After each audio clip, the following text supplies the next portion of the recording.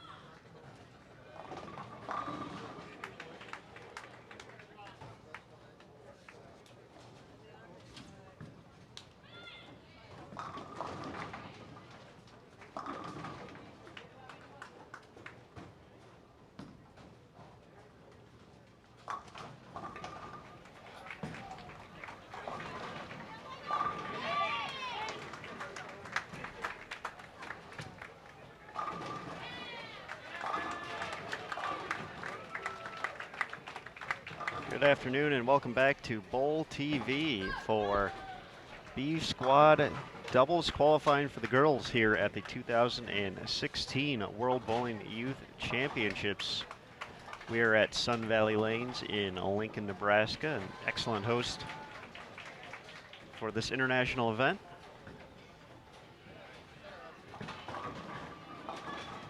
I'm Aaron Smith alongside Matt Cannizzaro of USBC Communications. And we got 6 games to go here on the 45-foot Rome WTBA pattern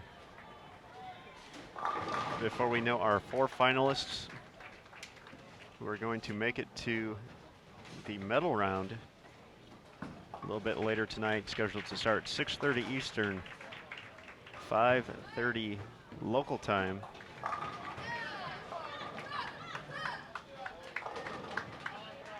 A squad in the books. We'll get you a rundown how they did, some of the scores to beat. We had a record score courtesy of Korea, as well as get to know the players we have on our featured pairs. Malaysia, Scotland, Finland, and Mexico represented with doubles pairs. So we'll get you that information and more in just a few minutes, but for right now, settle in, settle down. Game 1 of 6, B squad qualifying here for the girls in doubles at the 2016 World Youth Championships. Thanks again for joining us here on Bowl TV.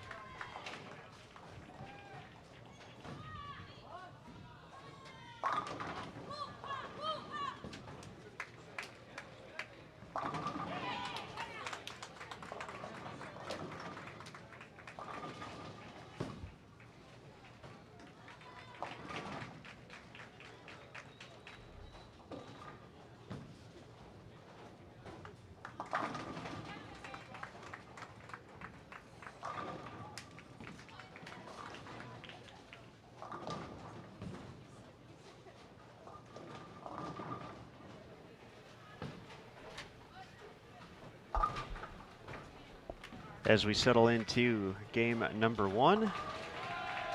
Let's take a look at what happened on A squad. As we mentioned, saw a record score posted for qualifying totals courtesy of the Korean team Lee Young-sung and Park Yuna, firing a 26.94, 224.5 average as a collective team. Park led the way with 13.79. Lee not too far behind, 13.15. You can see a video of their final few shots on the Sport of Bowling USBC Facebook page.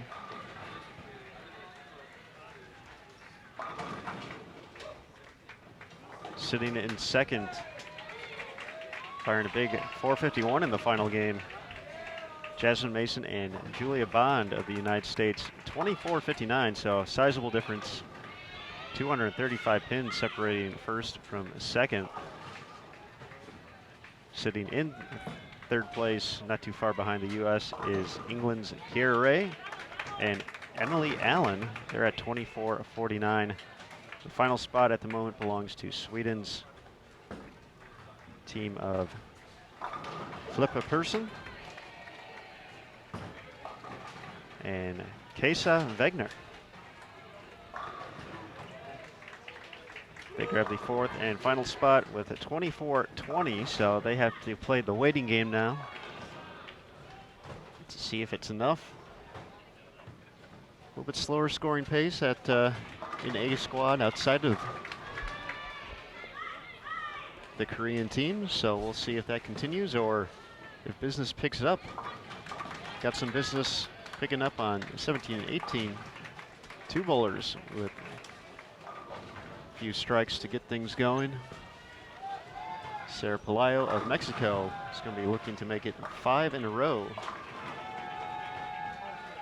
here on 17 in a moment.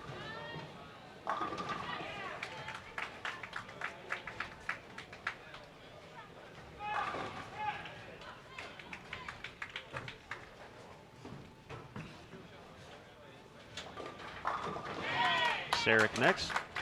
She's bowling doubles with Paola Limon.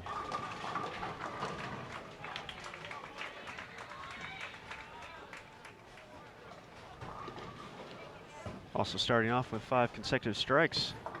Looking for number 6 on 17 from Finland, Ani Juntenen.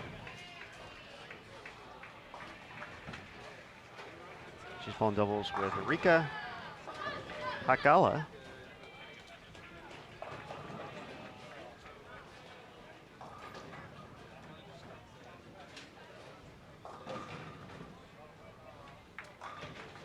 For Scotland, we have Naomi Lawson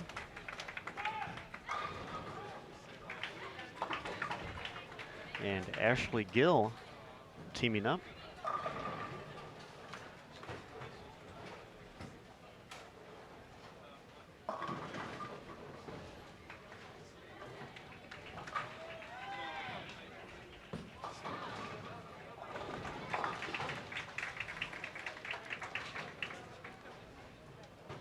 For Malaysia, we have Noralana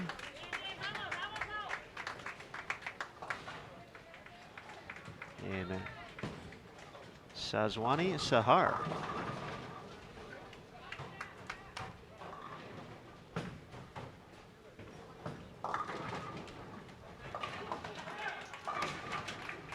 So once again, chasing the number to get into the top 4, currently at plus 20.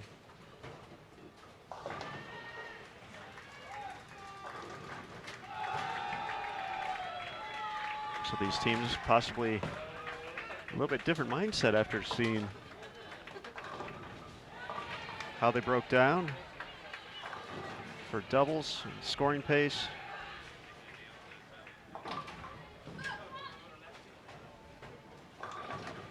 Need to get to about plus 100 individually to make the top 4 in singles, but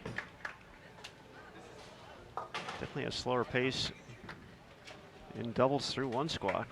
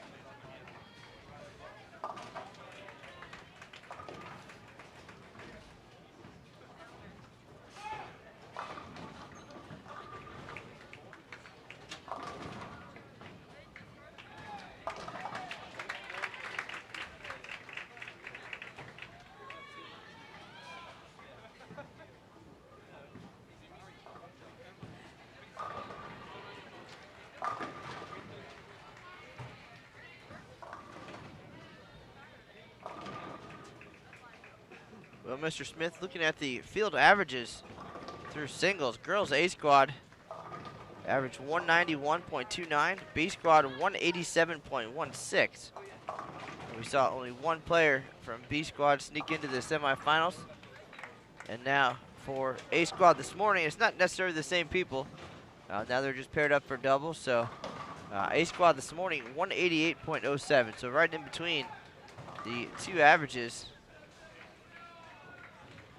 from singles. But nobody blowing super outstanding except for Korea, leading by more than 200 pins. I really like their chances at making the top 4 today.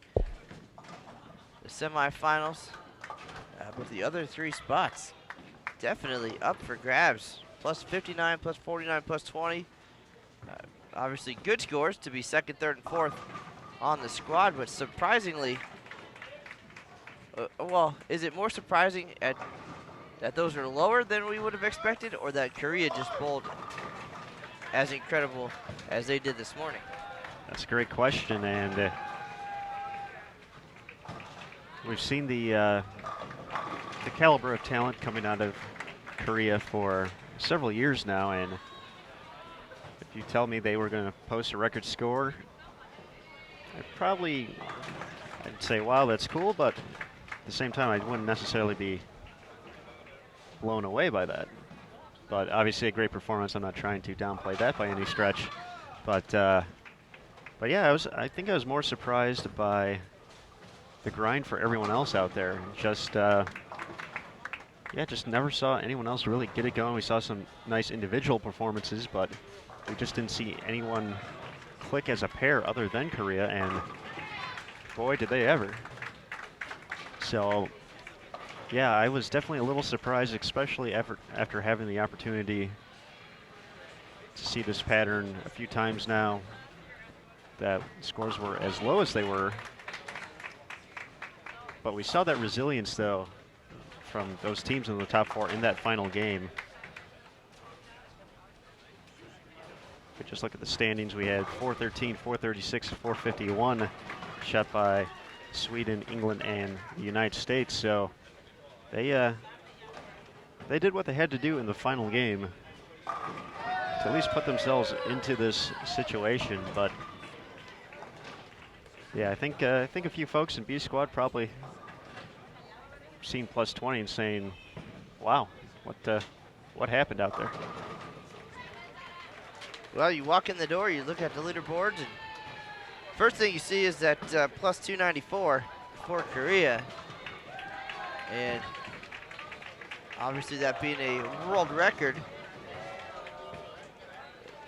probably don't get the feeling that it's an attainable number, but if you look down the rest of the way, certainly reasonable scores to shoot at. You have to feel pretty good about your chances coming in, and a little more confident than if it was everybody was plus 200. But we've seen some great starts on the fresh 45-foot oil pattern this week, and then we've seen that game 3 and 4 transition, and then maybe some stronger finishes. But right now, right here in our featured pair, a whole lot of strikes being thrown. Finland and Mexico both piling on some strikes. Scotland not off to a bad start either.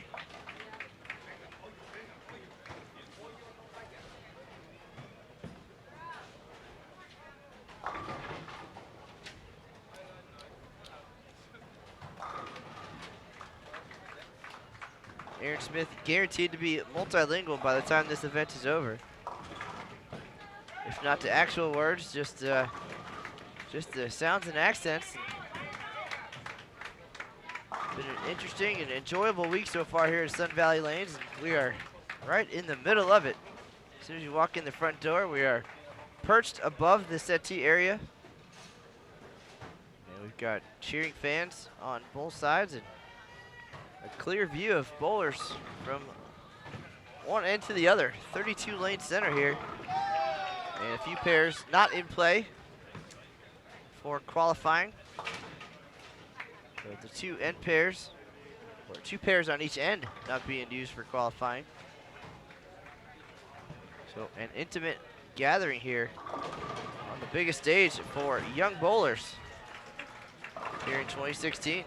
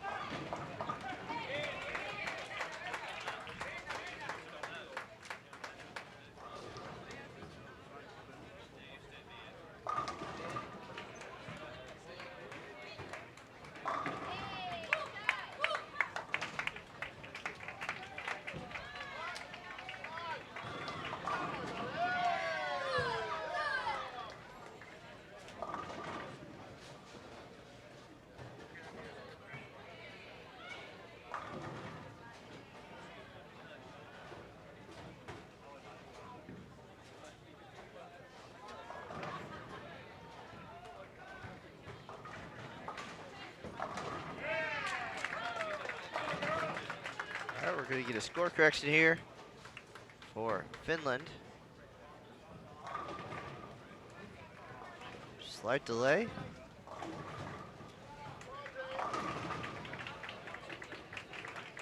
United States, one pair to our left. Stephanie Schwartz, the World Youth Championships veteran, working on a 4-bagger.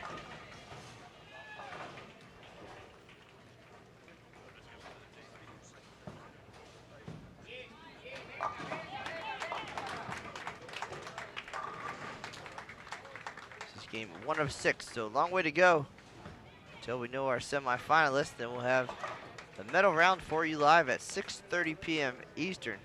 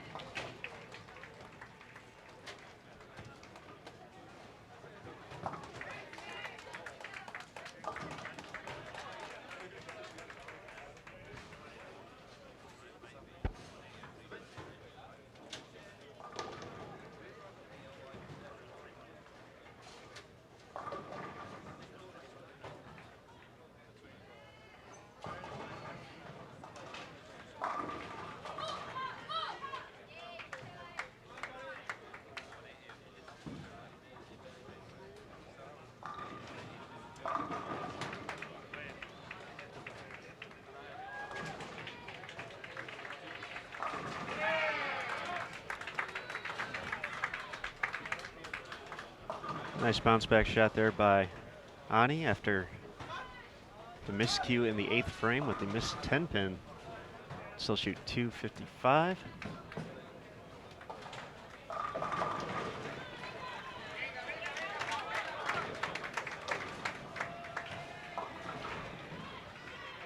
Just taking a quick glance around the center.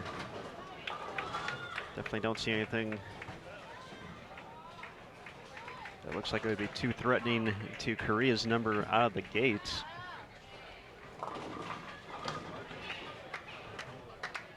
Of course, it is still 5 games before we know that for sure, but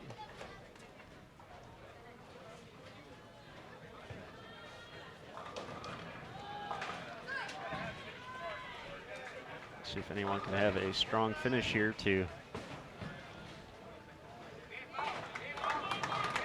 get off to a good head start here.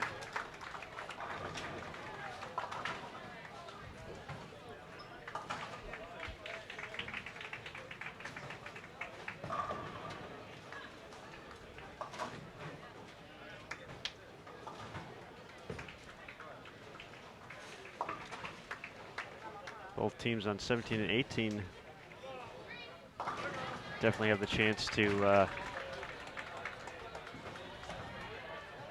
essentially put themselves in the number, if you look at it plus or minus wise, after one, but maintaining it, of course, that's the key.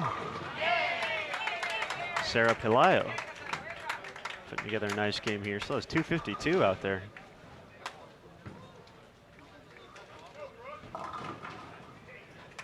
Paola can still get this 202. So they would already be nearly to where second place is at in the plus minus sense of it all, but definitely a long way to go.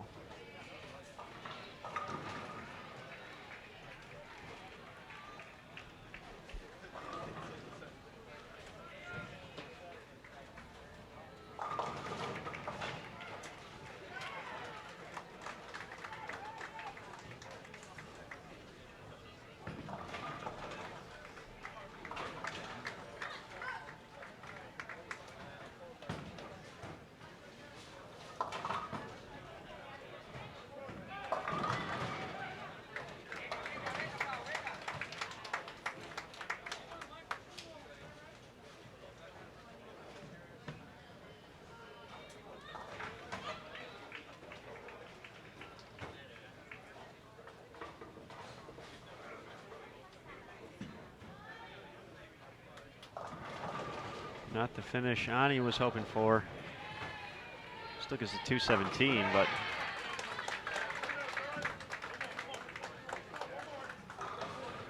the U.S. team of Jordan Richard and Stephanie Schwartz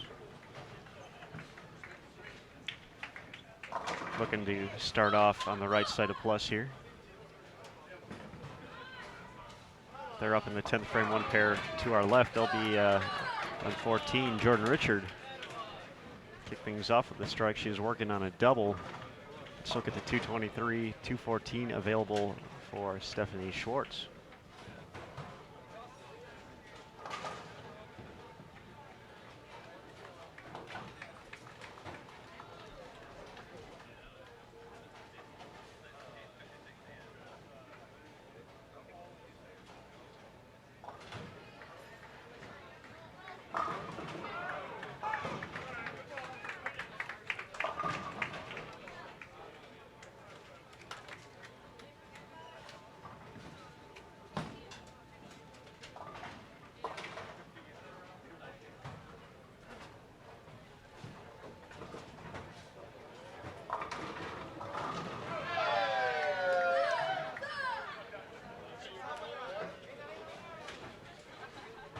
.371 in the opener for Finland. Left a lot out there in the 10th frame. Two opens working on strikes.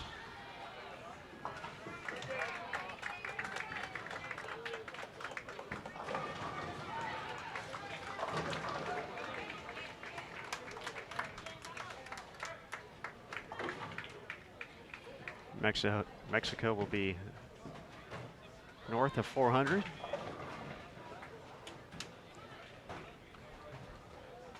Always nice to get off to a solid start. Set the tone for the day, hopefully.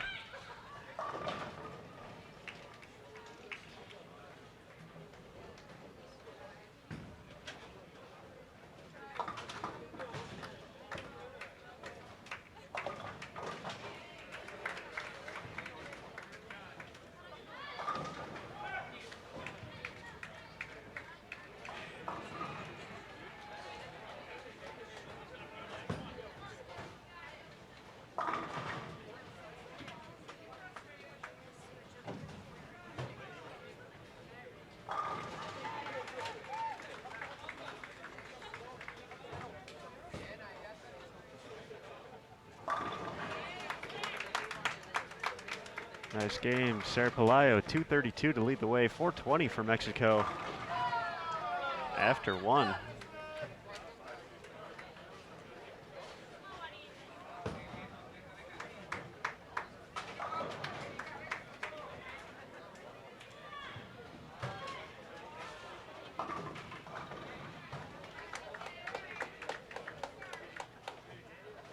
Junior Team USA finishes with 4:01. Turn open from Schwartz in the 10th.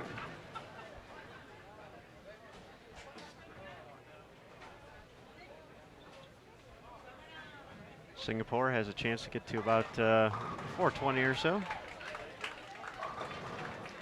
Looks like that's where Canada was at.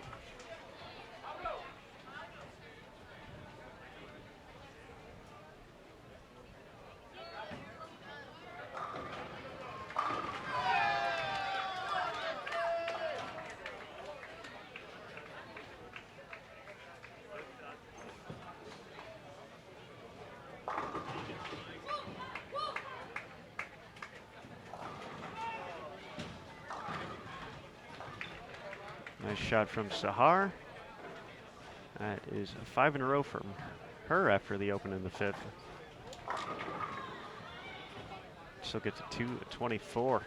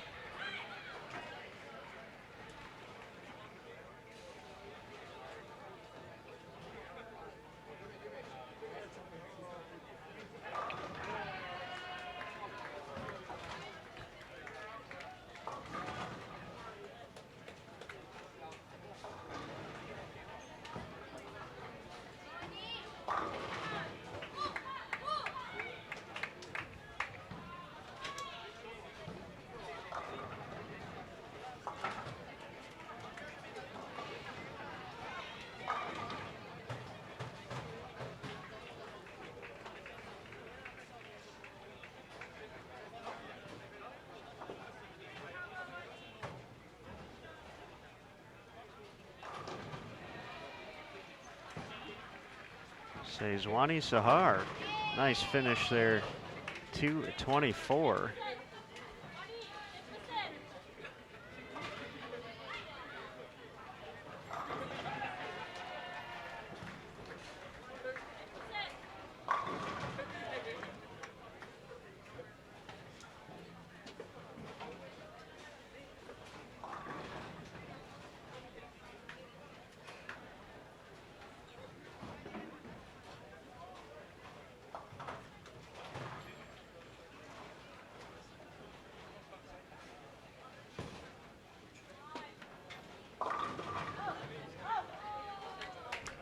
Nora gets the break.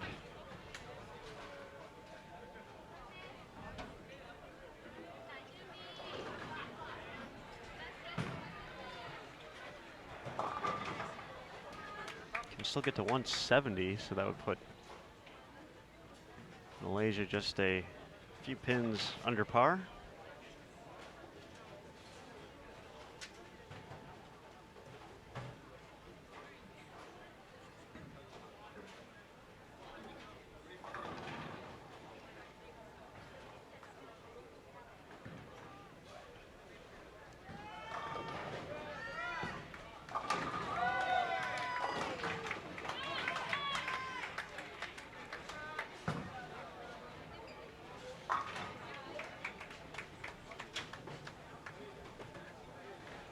Players moving around, getting prepared for game number 2.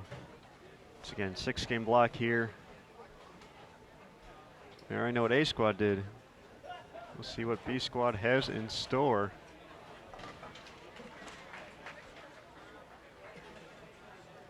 Let's see how the standings shake up.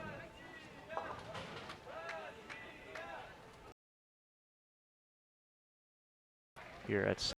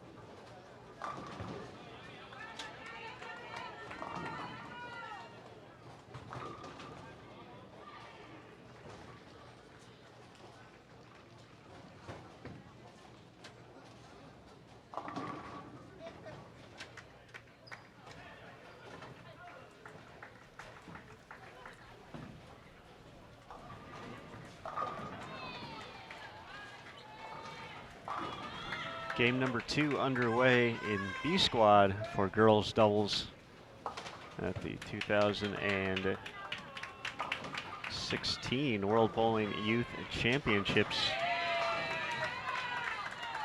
Joined by competitors from Taipei and Macau on 15 and 16. Colombia and Germany over on 17 and 18.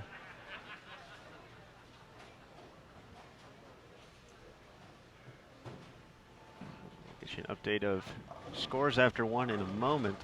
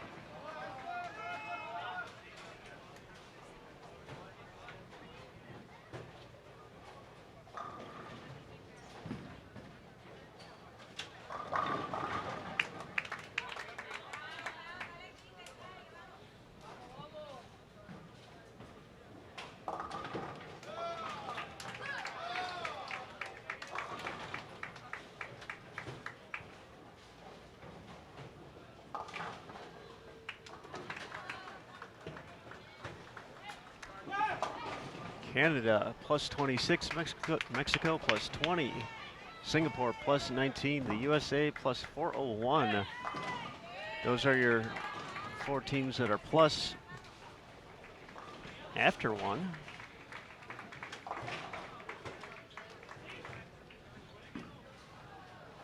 So definitely gonna see how things shape up before we start making too many predictions. Just getting a little surprised. Saw a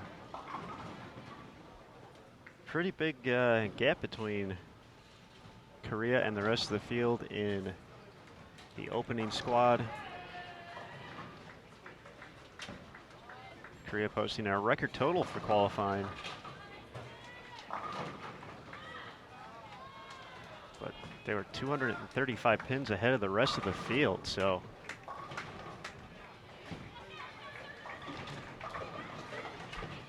see if B squad plays in a similar fashion or scores end up being a little bit higher. Took a score of plus 20 to be in the top 4 from A squad, so we already had 2 teams at that or better.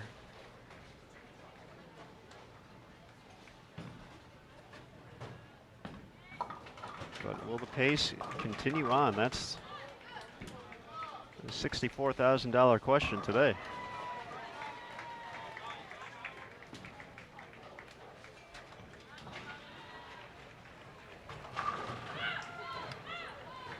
It's a lot of money, sir. $64,000. It's an expensive question.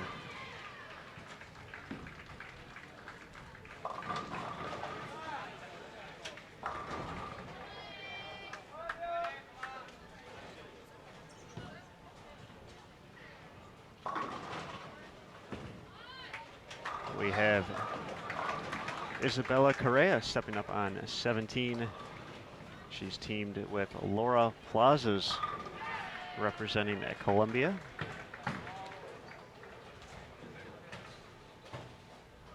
For Germany, Stepping up, looking to convert the 3-6-10. Saskia Malls. She is teamed up with Leah Degenhardt.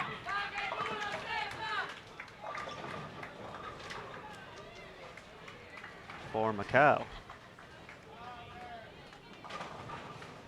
Up on 16 at the moment is Veronica Diaz de Souza.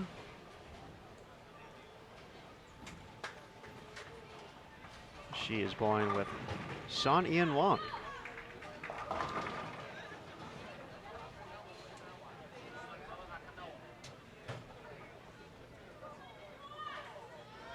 For Taipei, Yu Huai Wang.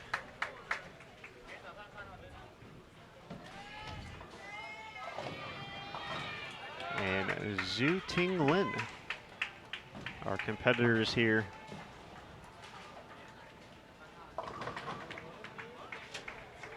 In game 2.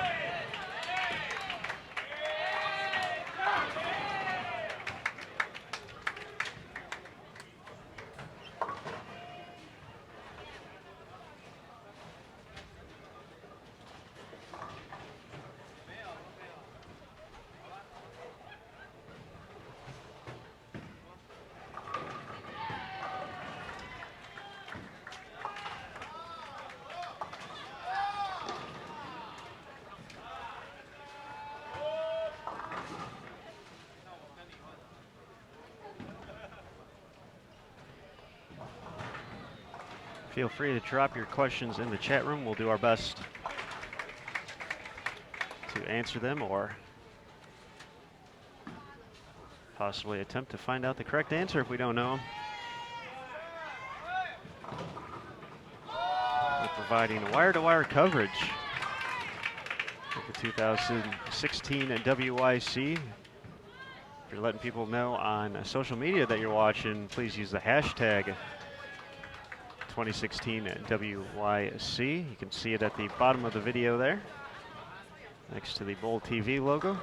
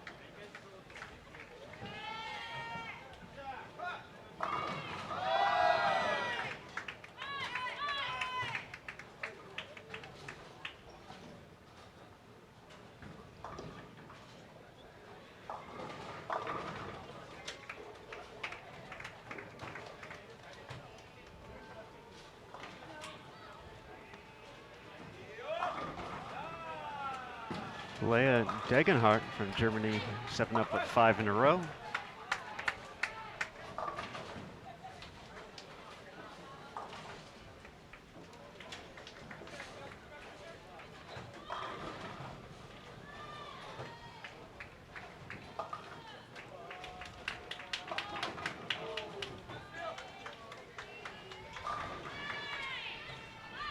Some struggles here for Columbia. Both players 69 in the 5th.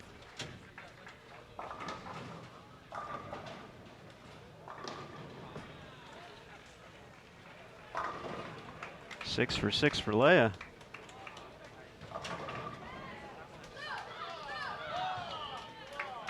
We've begun to get familiar with Laura Plazas from Columbia through her time at Wichita State. She helped the Shockers to championship match of the 2016 Intercollegiate Team and Championships title match. Wichita State ended up falling to Weber International. It looks like we have to take the strike off the board for Leah. Foot and cross the line.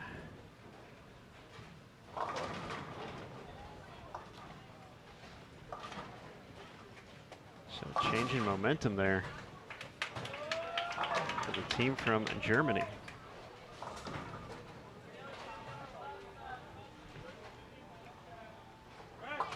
Question in the chat, will we be broadcasting the PAPCON event taking place in September? There will not be broadcast coverage, however. Correct. There will not be live streaming from PAPCON in Cali, but I'm scheduled to be there for Bowl.com coverage of the day's events, as well as the opportunity to get other video and social media highlights throughout the week. We haven't exactly sat down and discussed the game plan yet, but from the USBC side of things, we'll be there alongside Team USA, bringing the news to the world on Bowl.com, and we'll talk about that in the next couple of weeks or so and get a game plan finalized. But the plan right now is for me to be there, minus the live streaming coverage. I think they tried to do that a couple of years ago, and the connection was not ideal for the setup, so rather than give it a try again with all the gear traveling internationally, we're going to go with plan B and find a other creative platform to bring you the news.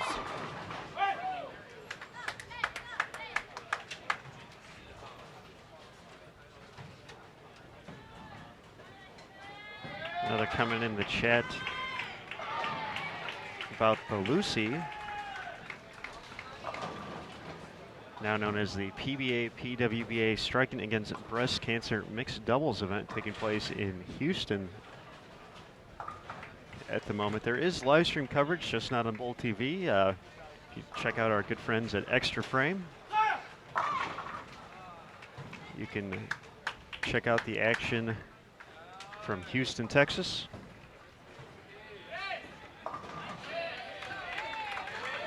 Extra Frame, the home of the PWBA this year, so if you've been checking out those great events, you can also log in and see the Lucy, as it was formerly known as, still known by most of the players as, so.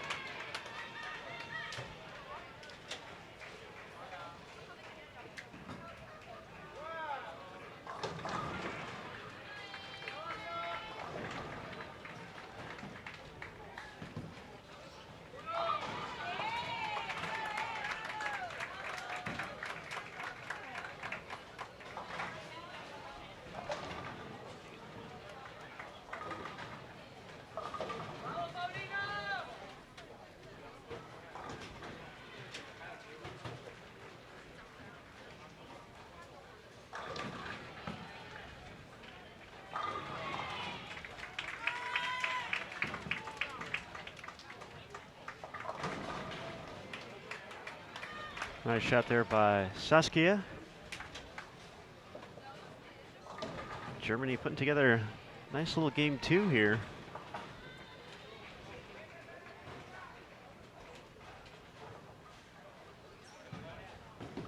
Leia got off to the strong start. The little slip of the foot in the 6th frame took a strike off the board.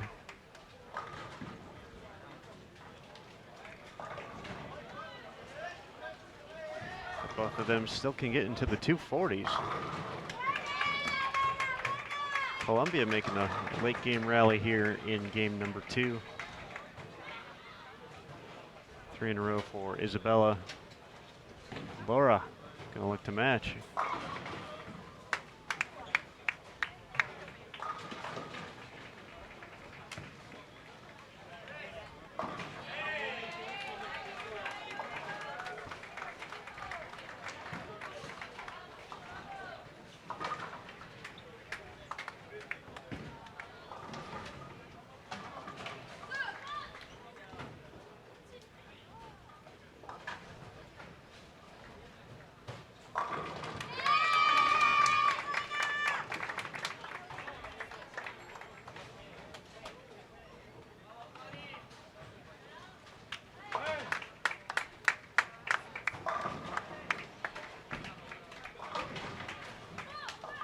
All right, business picking up on 17 and 18.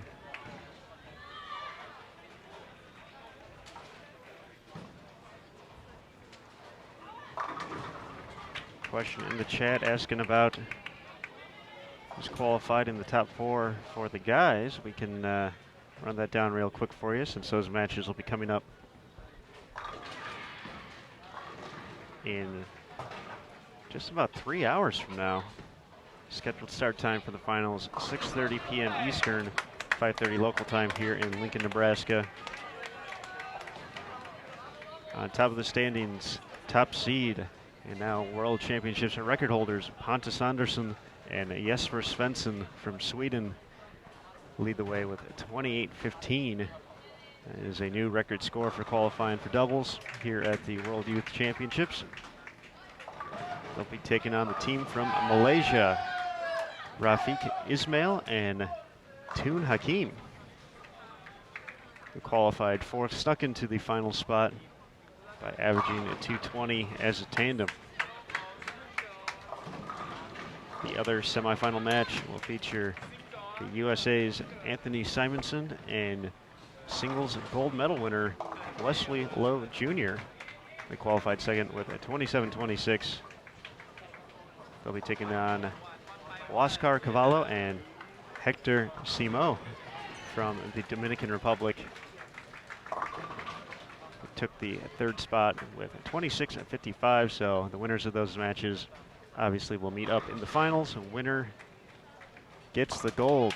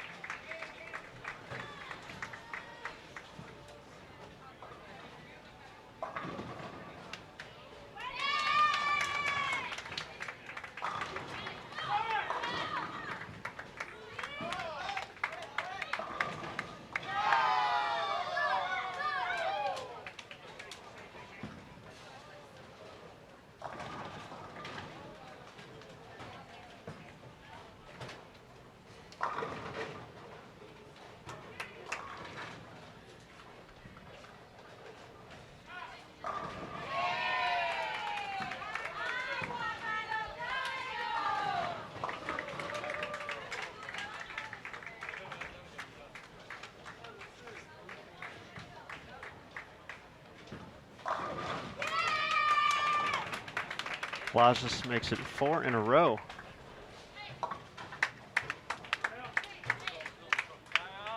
Still get to 209.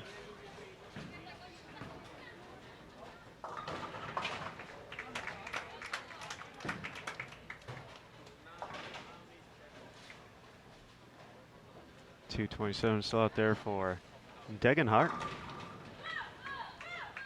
4:37 for Germany in game 2 with the strike. So they are now on the good side of plus and get to 8:14 with that strike.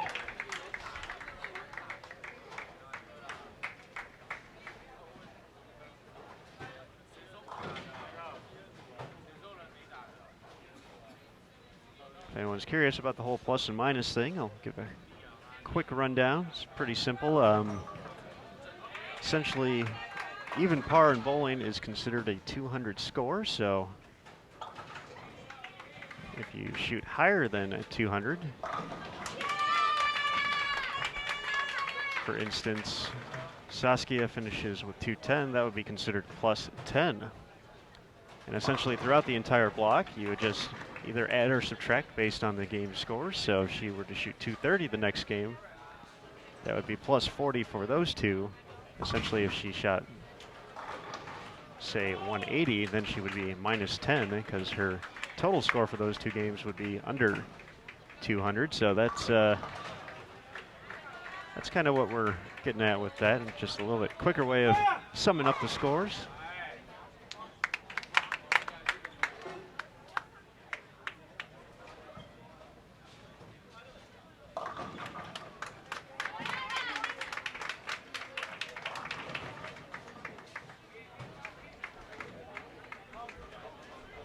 All done on 17 and 18. Final few shots for Macau and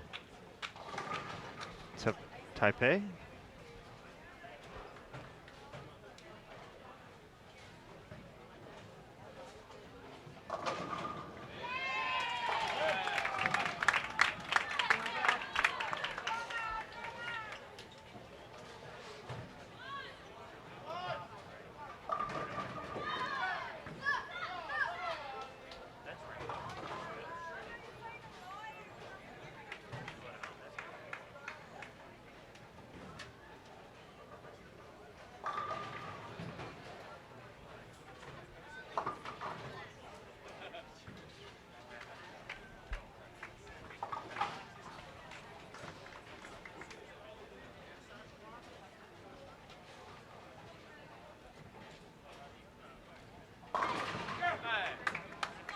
Question in the chat from Adrian.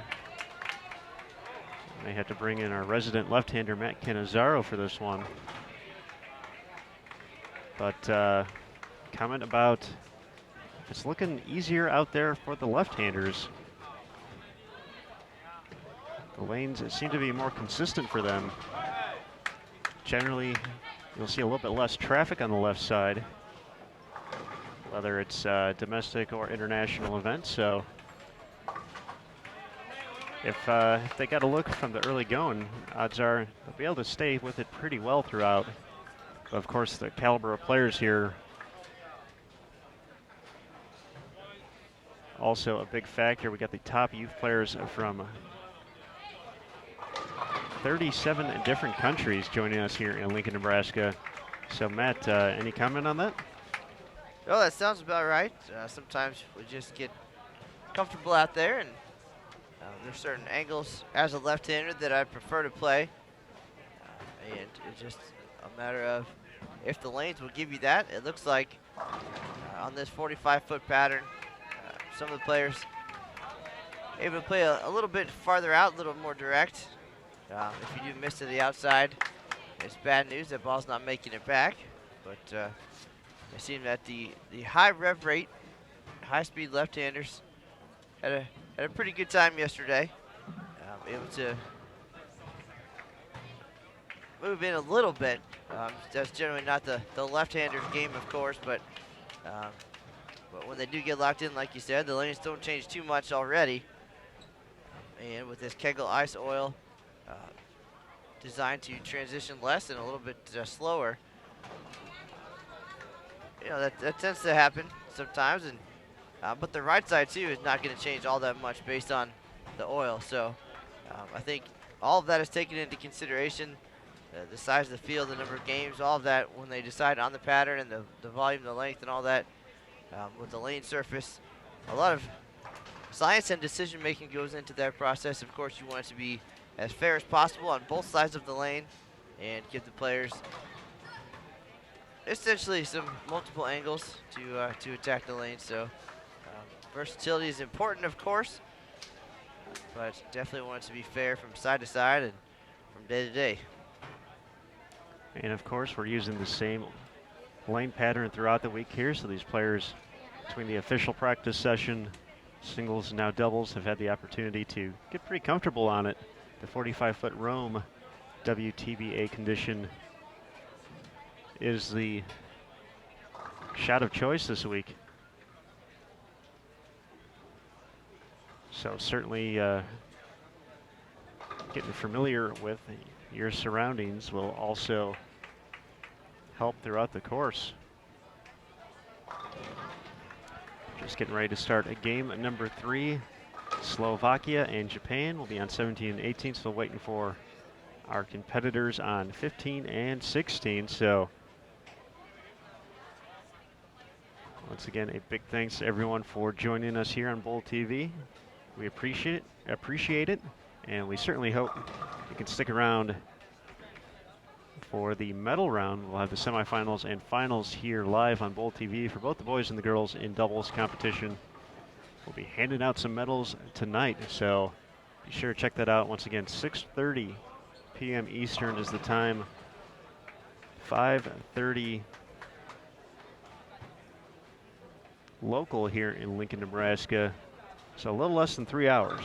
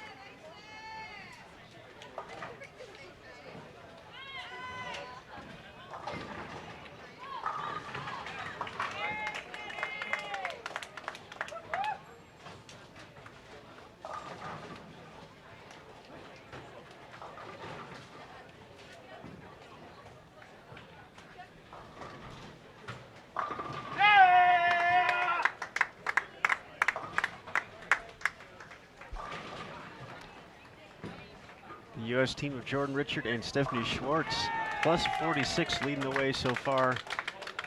Malaysia plus 44, Singapore plus 31, Germany plus 14, Canada minus 20, Mexico minus 32, England minus 39, Finland -50. And the scores through 2.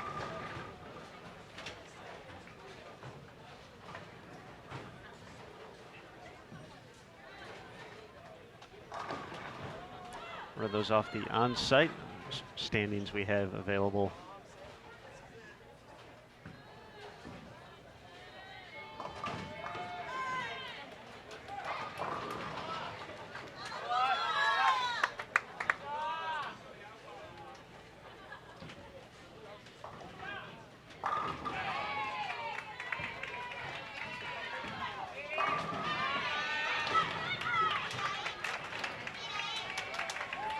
For those of you watching around the world and, you know, maybe not in the most opportune time to stay up and watch the semifinal and final rounds, you can always watch the archive here on youtube.com/BowlTV. Check it out when it's not the middle of the night or early in the morning or middle of the workday. All events do archive.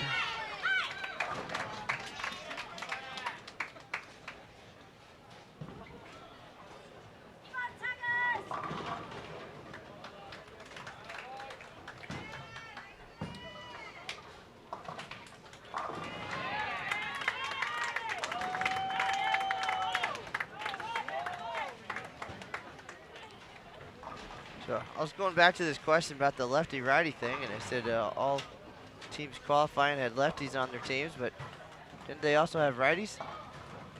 So I'd say that's pretty equal. When you have one lefty, one righty, and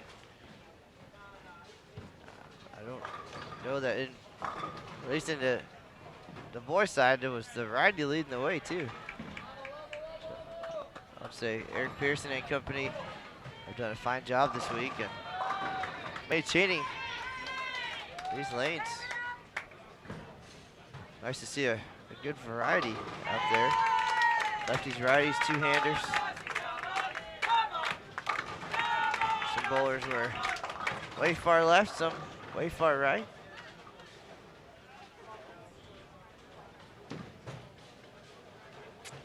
Variety is the spice of life.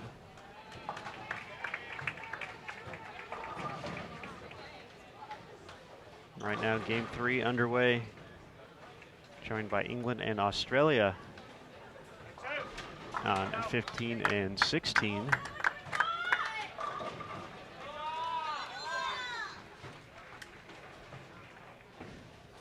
We'll get you those lineups in just a second. For England, we have Katie Tagg and Sophie Thompson. Sophie getting ready to step up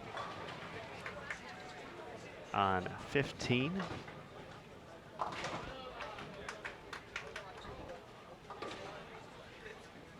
For Australia, Katie Furzy and Emily Rigney are competing.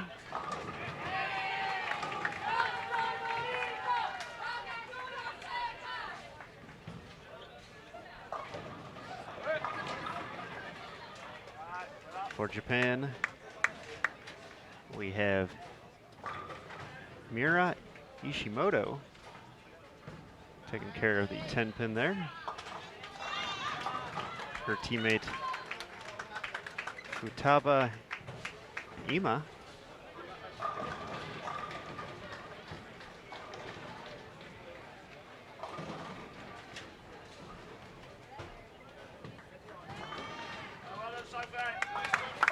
and for Slovakia, up on the approach right now is Kristina Sramkova, her teammate Petra Stankova.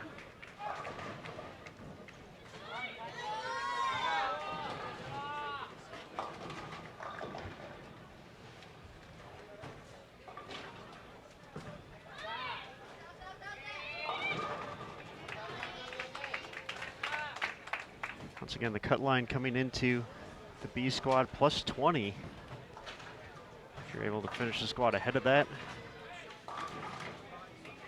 you'll have the opportunity to bowl for a medal, perhaps, unless there's a few teams, then we'll have to get down to the logistics of math,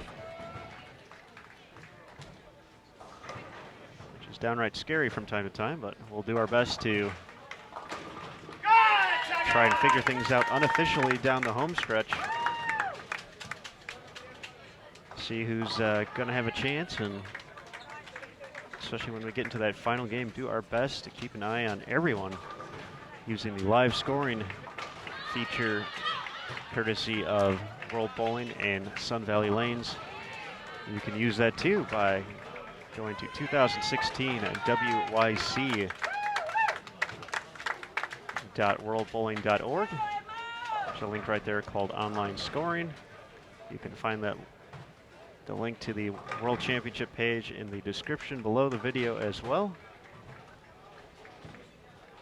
Results, participants, schedule, bowling ball equipment. Website has it all, so be sure to check that out.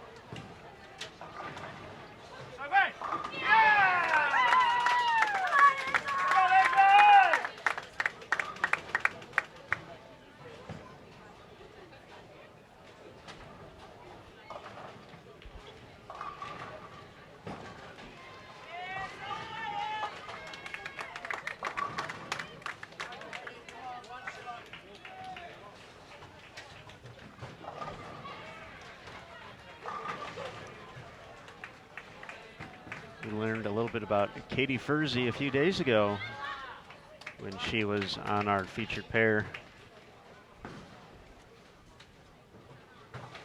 Competed as a freshman at Central Missouri on the NCAA collegiate side. She's been a member of the Australian youth national team since 2012. Competing a few times internationally, including this week. She also rolled a 300 game and earned a silver medal at the Asian Schools Championships in Indonesia in 2014, as well as a bronze medal at the Asian Youth Championships in Macau back in 2015.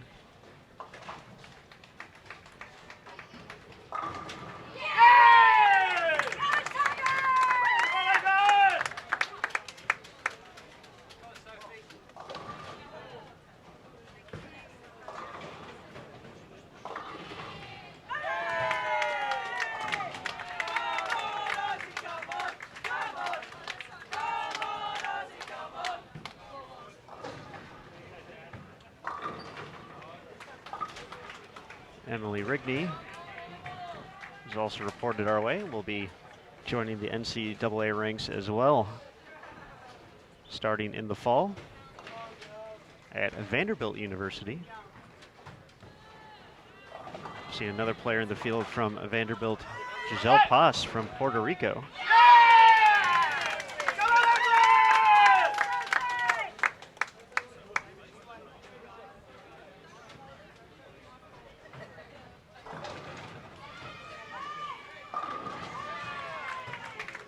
So the collegiate game certainly has gone international. As we mentioned in the last game, Laura Plaza's a member of the Wichita State bowling program. One of her teammates is up on lanes 13 and 14 right now, also from Puerto Rico.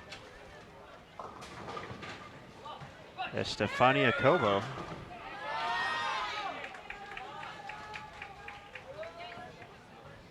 All of our members on Junior Team USA. On the girls' side, extensive collegiate experience, national titles, All-American awards, Player of the Year, You name it, they've done it.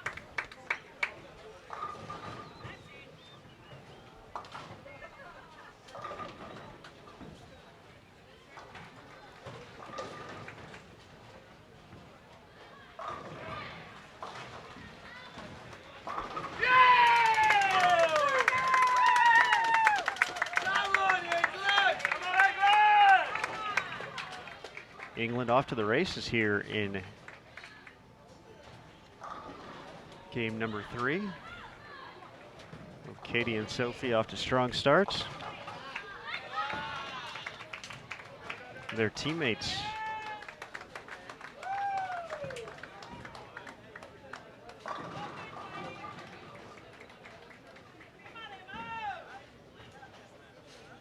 Kiara and Emily currently sitting in 3rd overall at plus of 49.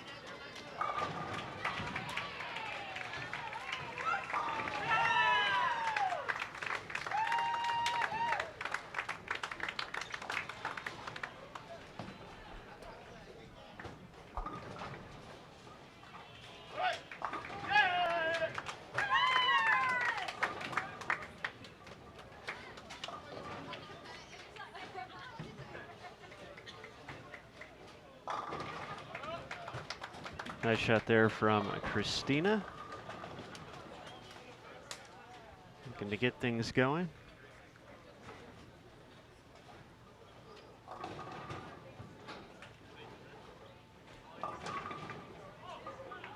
.49 left standing for Ishimoto. So she can make a run at it. Take the one. Shake it off and get ready for the next frame.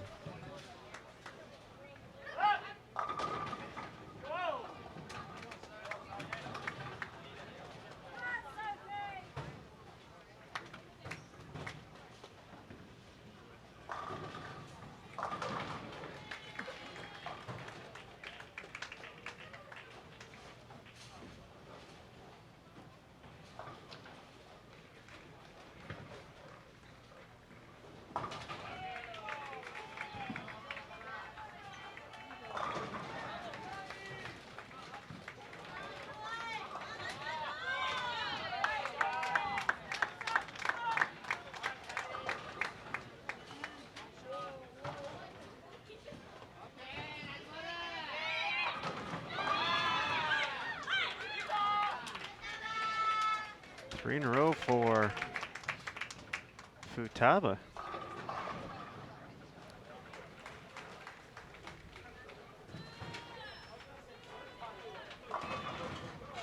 Our competitors through 6 frames on 15 and 16. Nothing but marks up there. That's what we like to see. Not letting any frames get away.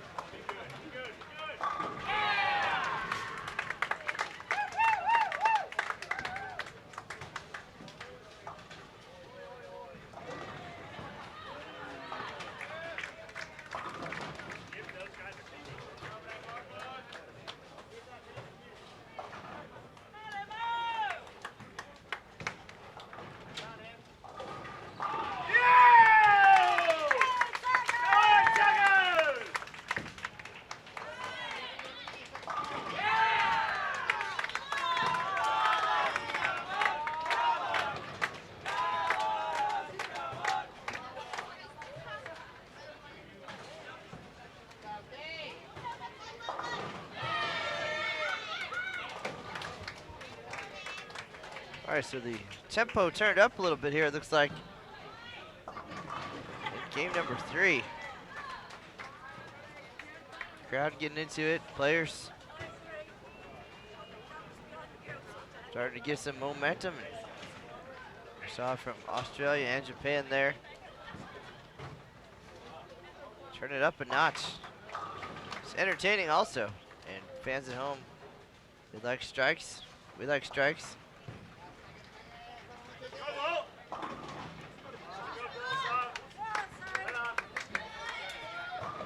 The more you strike, the faster you get to the semifinals too. Also factual.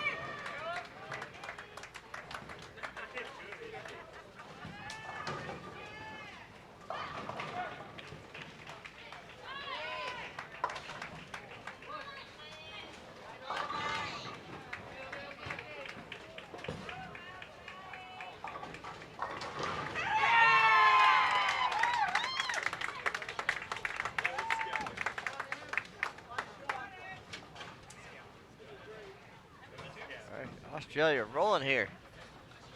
Game number 3.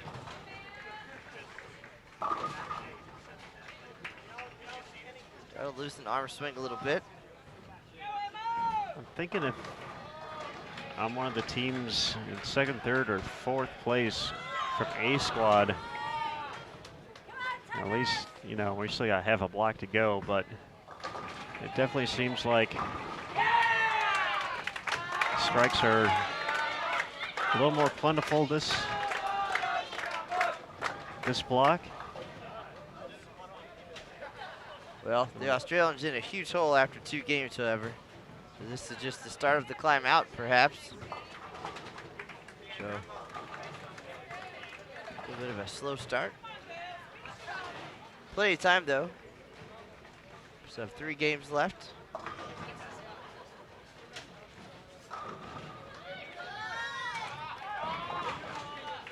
The roller coaster that is bowling.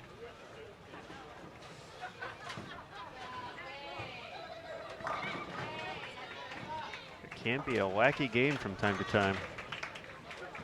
Certainly a lot of highs and lows. Got to manage both of them and keep an even keel.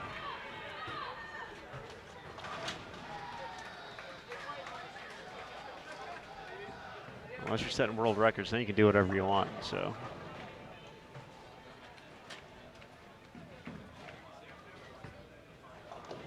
That means everything's going right. We've gotten to see 2 of them this week, both in doubles.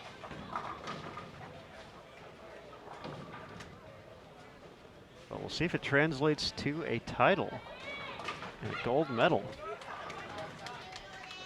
At 6:30 p.m. Eastern, 5:30 local time here in Lincoln. Sweden for the boys, Korea for the girls, already in the record books.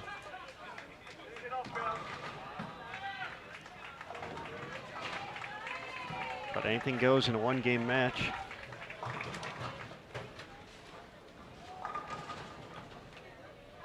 Essentially, all those pins you gathered up in qualifying go wayside.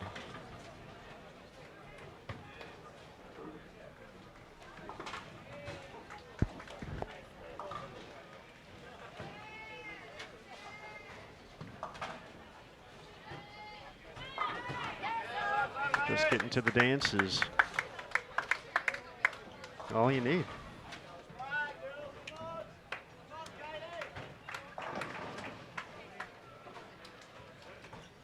Well, all pins are raced, and if you're one of the top 4 teams in this sizable and talented field, I would say that you guys are pretty equal once you get there. And we saw both #1 seeds lose in the semifinals of singles.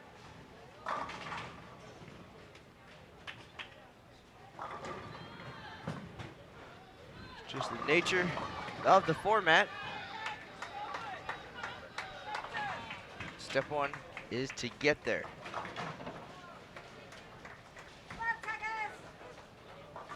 After first squad there is plus 20.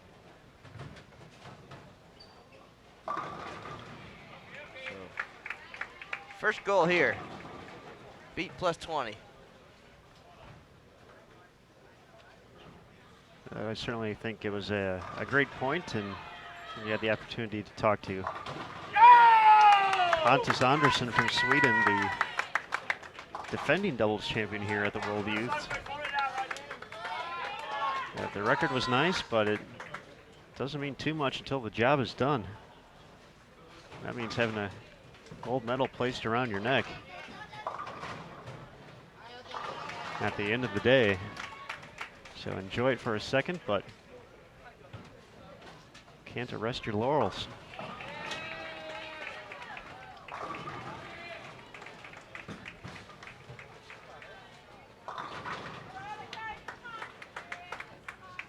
Ninth frame not going so well for Australia.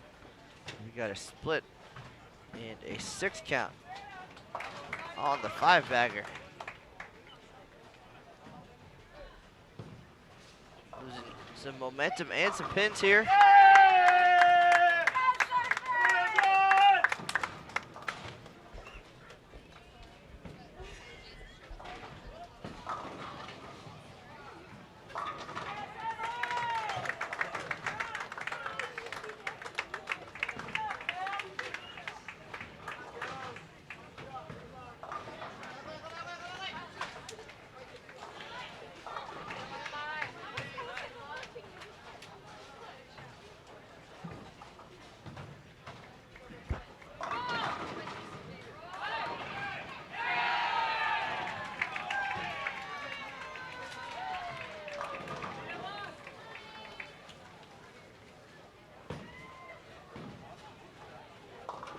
For Japan, Mirai Ishimoto,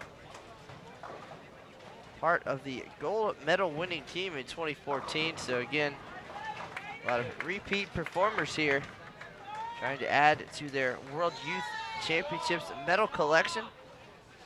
Having already stepped up and performed on the big stage, now just doing it on another continent. Last time we were in Hong Kong. This time traveling many hours across the globe to be here in Lincoln, Nebraska for the 2016 event at Sun Valley Lanes. Not a bad 2014 event for Japan. Second and third are silver and bronze in singles, silver in doubles, gold in team, gold in all events, and Ishimoto wrapping things up with gold in Masters competition. So a very well-decorated Japanese team. We saw Izumune earlier. Now Ishimoto back in action in 2016.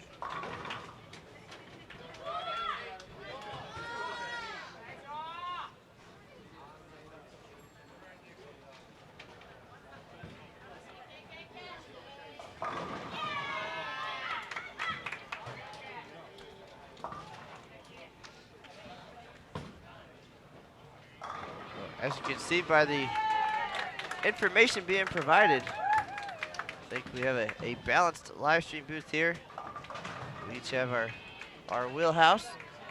Aaron Smith, an expert on the collegiate ranks and the junior gold championships in the United States. That is where Junior Team USA is crowned or selected. And of course, many of these young bowlers part of the collegiate programs with a year that concludes at the intercollegiate team and singles championships.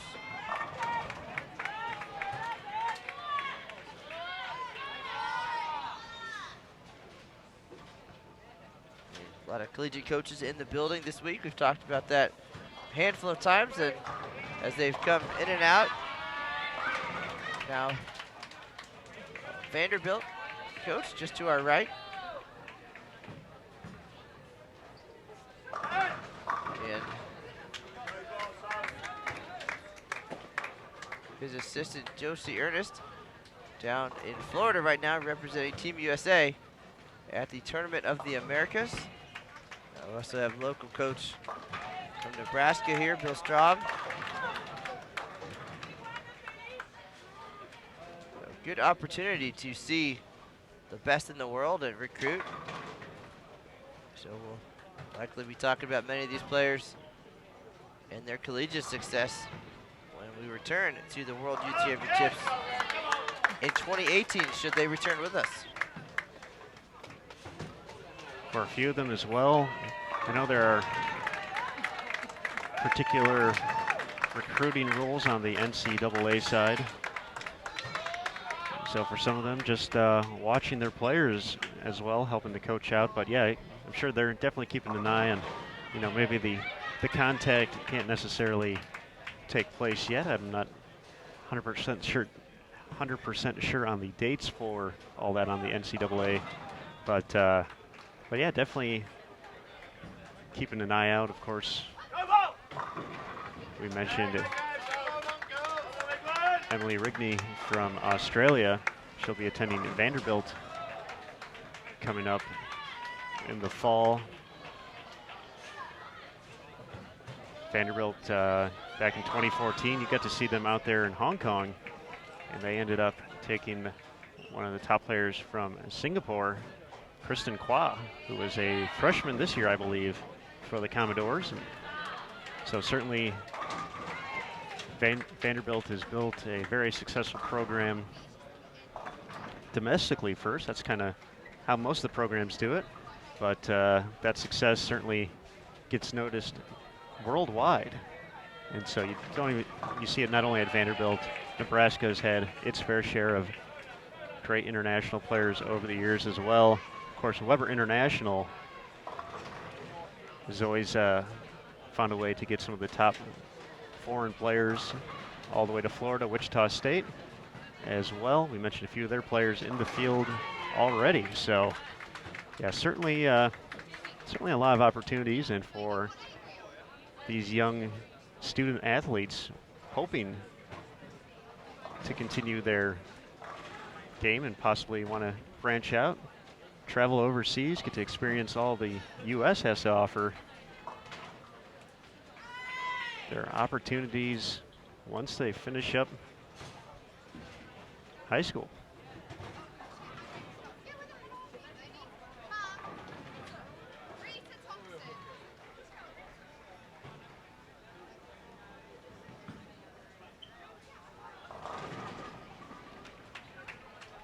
Game 3 in the books here.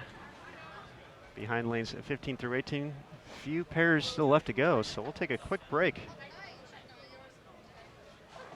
as we prepare for game number 4 here on Bowl TV at the 2016 World Bowling Youth Championships. Thanks again for stopping by. Game 4. Girls B Squad doubles qualifying coming up next.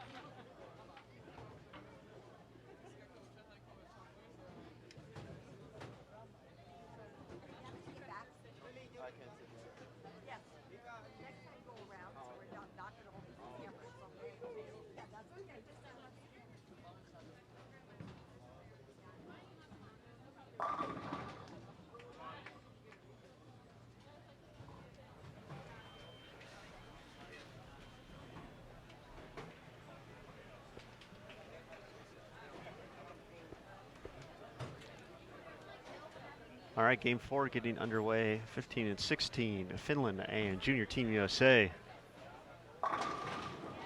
Jordan Richard kicks things off with a trip forward. She's second overall.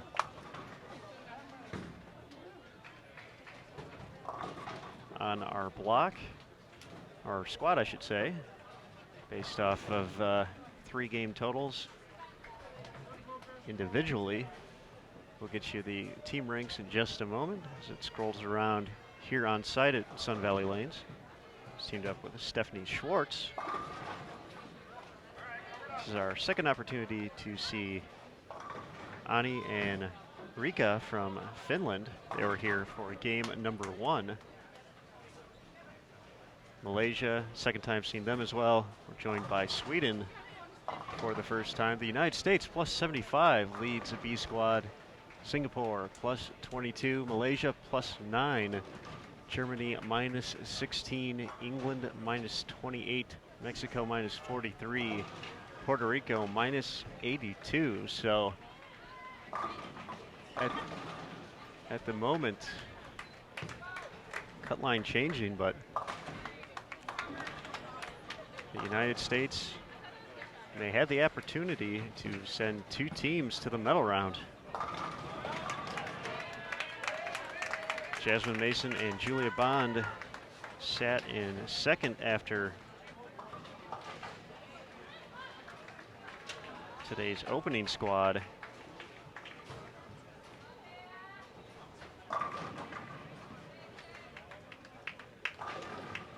They were at plus 59. That score definitely attainable here. Top score, probably not so much. It looks like the Korea tandem of Lee Young-sung and Park Yuna is going to hold on to that record for at least the year. 26.94, so that's plus 294. So that's a whole lot of striking.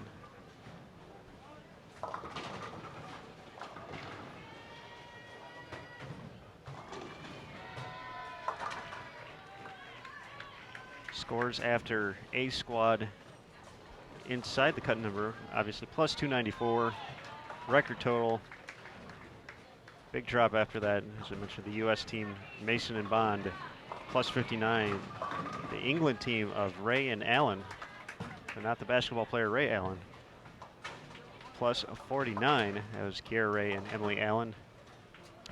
And in fourth after A squad, Wegner and Pearson from Sweden at plus 20. So at the moment, if everyone just maintained,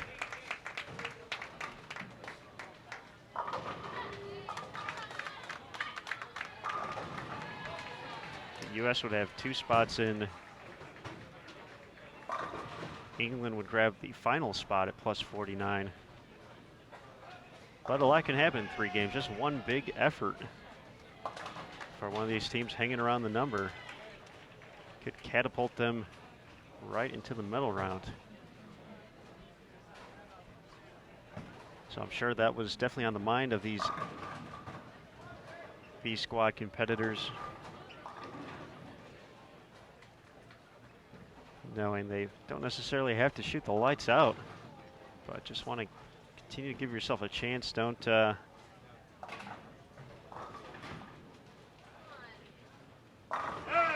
give too many frames away and take advantage when you can. Great shot for Jordan Richard after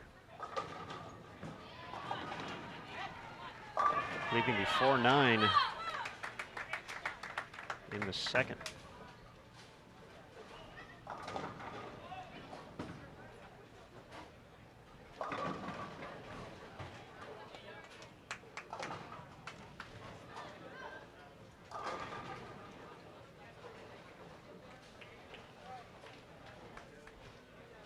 Stephanie Schwartz looking for an early double.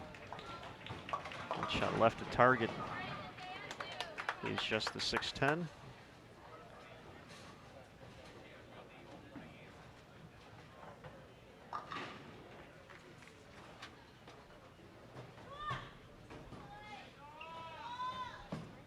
Norlena from Malaysia, great shot.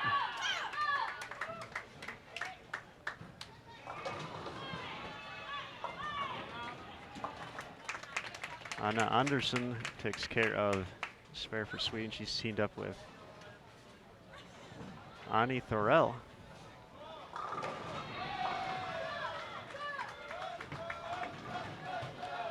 So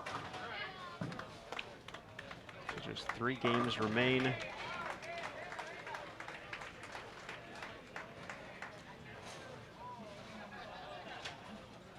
Here for doubles.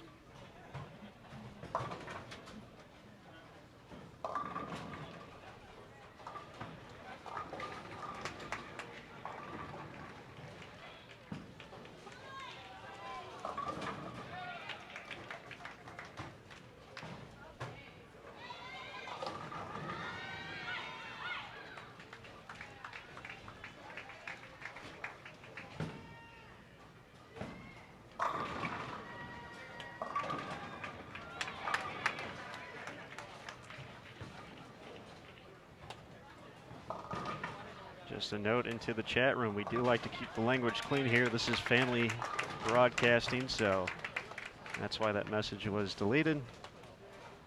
So please keep it clean.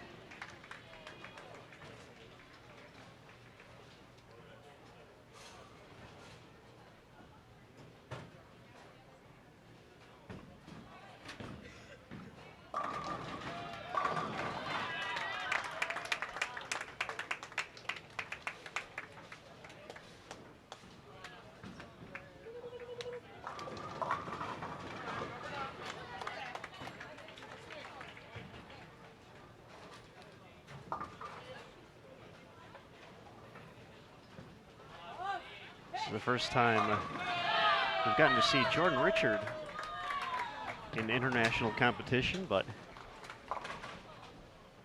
competitors on the collegiate side have certainly gotten to know the name quickly.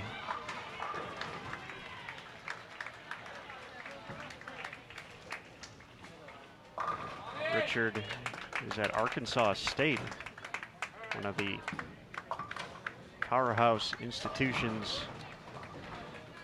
in the collegiate bowling world.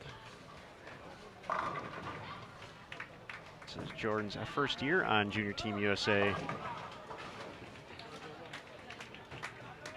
She was the Division II, Division III Player of the Year, as well as Rookie of the Year in 2015. Originally hailing from Tecumseh, Michigan.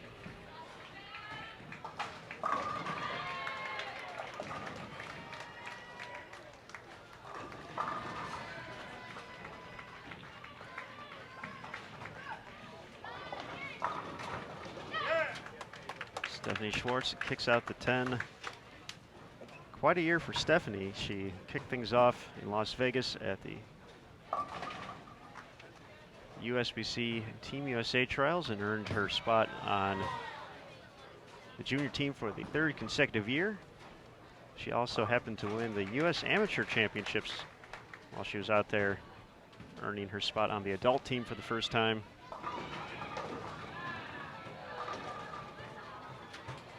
She earned a Player of the Year status in Division I on the NCAA side, while at Stephen F. Austin after winning Rookie of the Year in 2015. She went on to help the Lady Jacks claim the title, first in school history.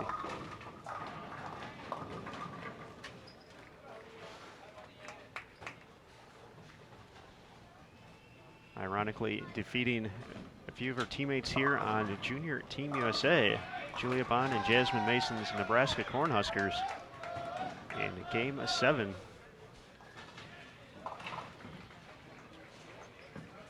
At the title round.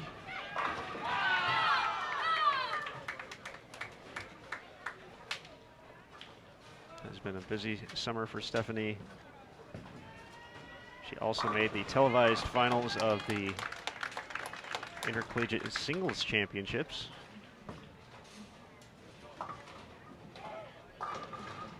Followed that up by making match play at the USBC Queens. Junior team and adult Team USA camps in Arlington, Texas at the International Training and Research Center. Those were in June and July. She was just with us at Junior Gold in Indianapolis right before we started here at the World Youth Championships. Made match play in the biggest field in the tournament's history.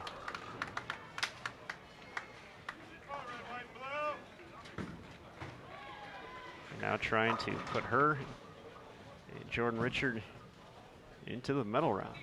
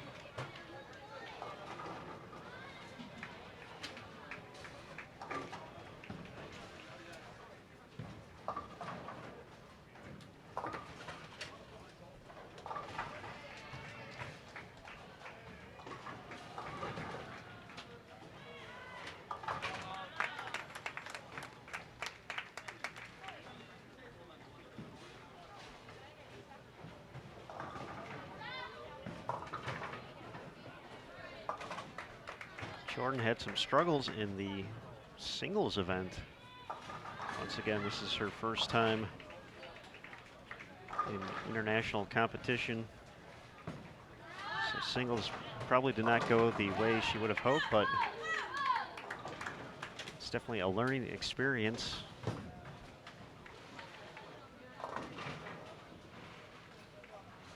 Definitely learned about the pattern, learned about this house, and made the changes. Once again, she was second individually in B squad through 3 games. Delivered her first double right there, so. Once again, 37 countries represented this week, more than 200 players from across the globe joining us in Lincoln. Some long travel days. Hopes of bringing home World Bowling Gold.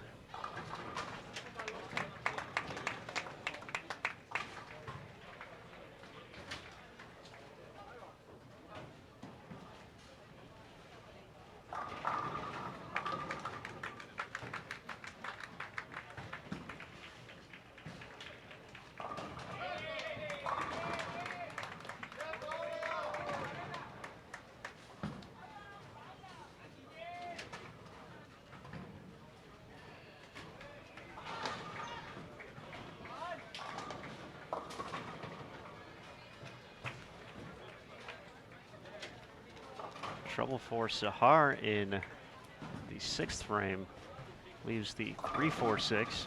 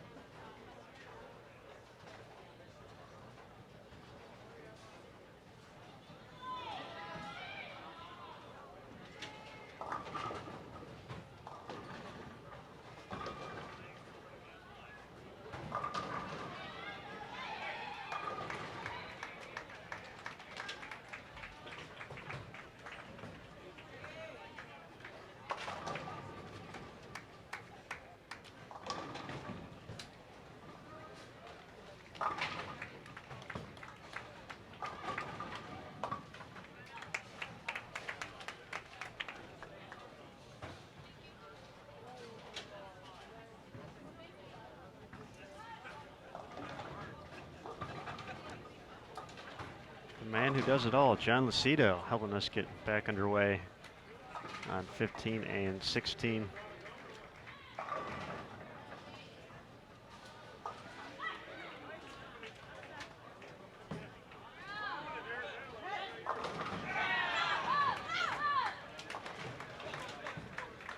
Nora liked that one. Big double to get some momentum going into the home stretch in game number 4.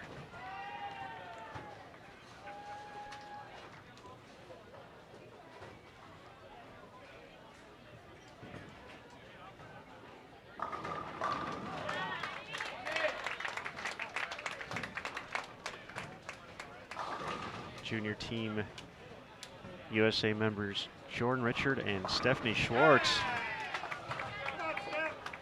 trying to put an exclamation point on this game. Continue to get closer to a medal round appearance. The defending champion on the girls' side here at the World Bowling Youth Championships. Possibility of having both teams in the Final Four. Once again, we saw a record score at the top that looks like it's going to be pretty safe. So Korea, the team of Lee and Pak, going to be partying in the medal round later tonight. But A1's ball game for those final 3 spots after A squad. Second, third, and fourth, all between plus 59 and plus 20. Already have a few teams in and around that number.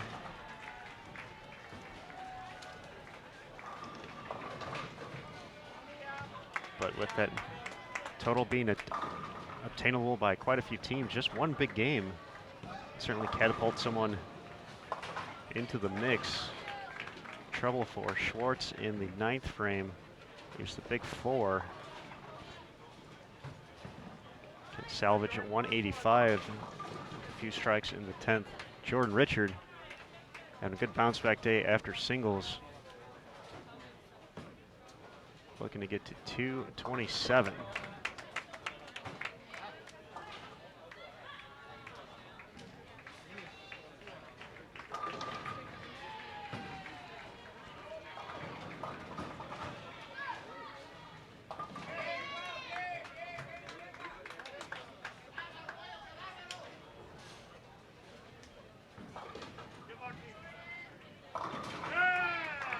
Heard someone in the crowd say, "Get lucky." Never hurts. Got to take them when you can get them. As Richard crosses over. Nora makes it 3 in a row for the Malaysian team. It just they haven't clicked at the same time together.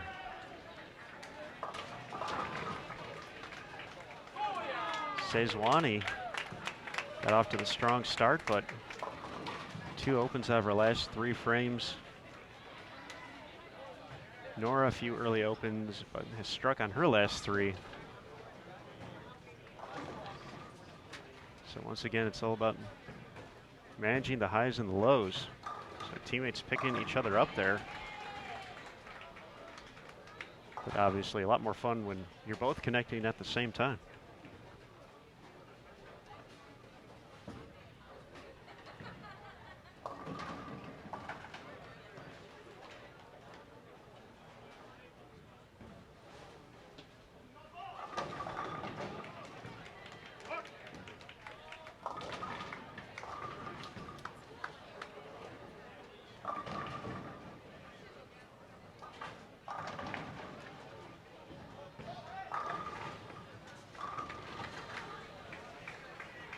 So after the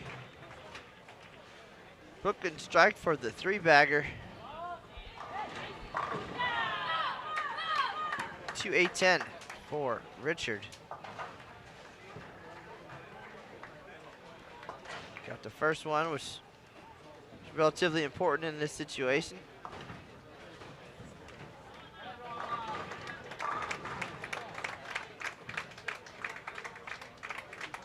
Still leading here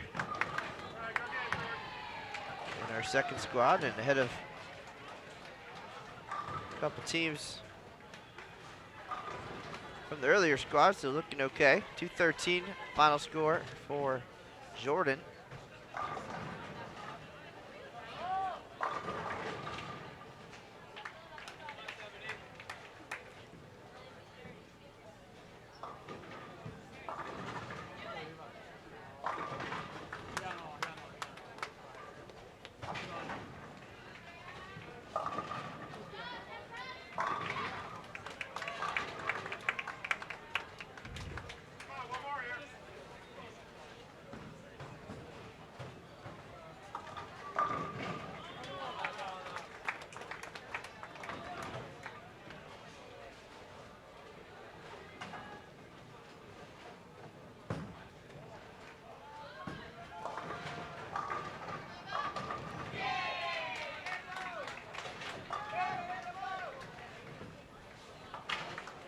Both Malaysia and Sweden looking to finish strong here with their anchor players.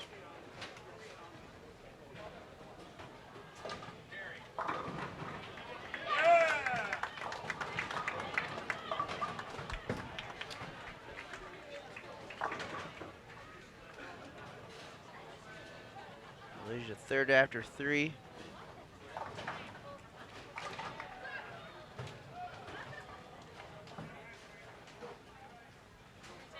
Sweden struggling today in 13th place.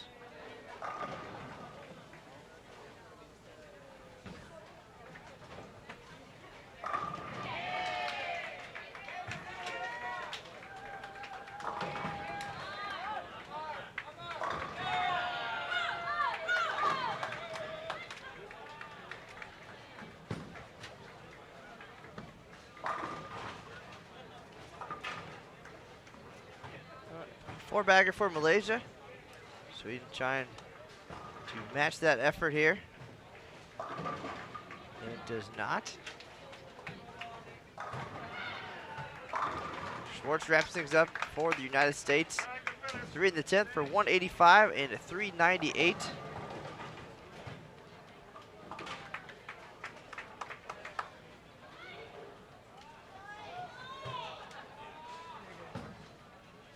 After 4, United States will be plus 73. Coming into this game leading Singapore by 53.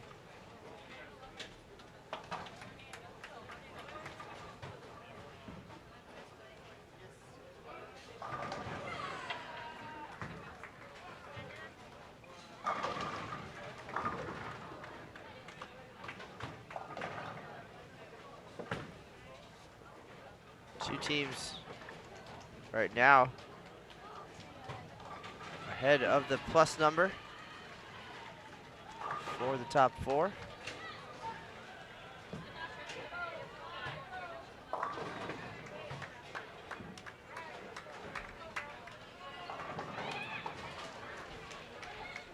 Malaysia 404 and Sweden 404. How about that? Nice effort there as game number 4 comes to a close here at Sun Valley Lanes 2016 World Bowling Youth Championships. 2 games left to see who our top 4 will be. The semifinalists then will battle for a spot in the gold medal match. We'll have game 5 coming up here in just a minute from lanes 15, 16, 17, and 18 here in Lincoln, Nebraska. Sun Valley Lanes. This is Matt Canizaro and Aaron Smith. Game 5 in just a minute.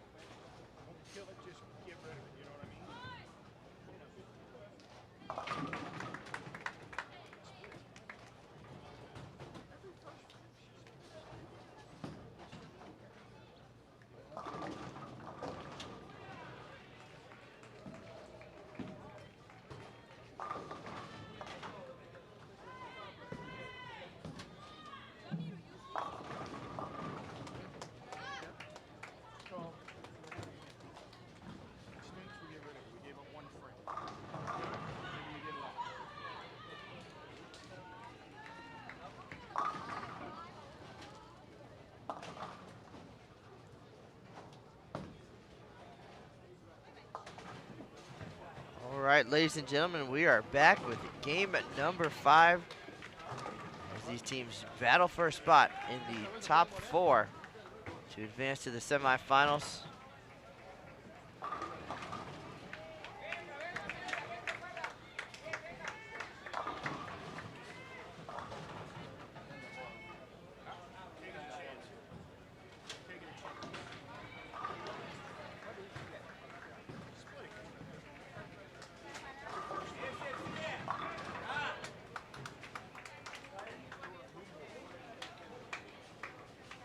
After 2 squads, the number to get, or I'm sorry, after 1 squad, the number to get in is 24-20. And right now, only 1 team on this squad ahead of that pace. And that would be the United States at 1673.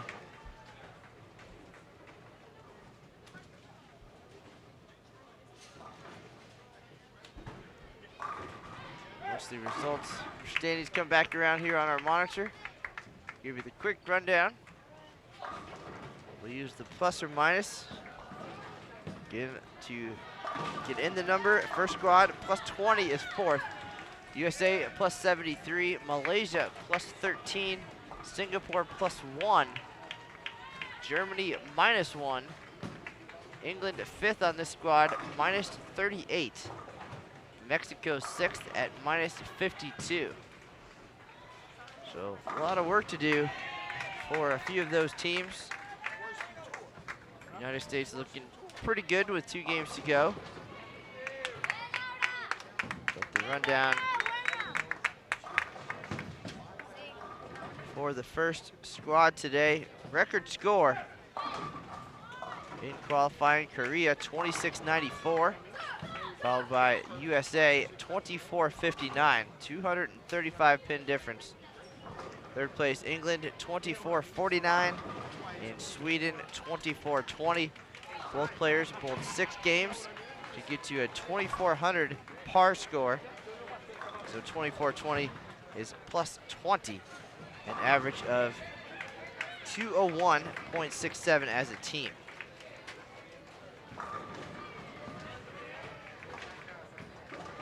Right now in this squad, just a few teams averaging 200 or better.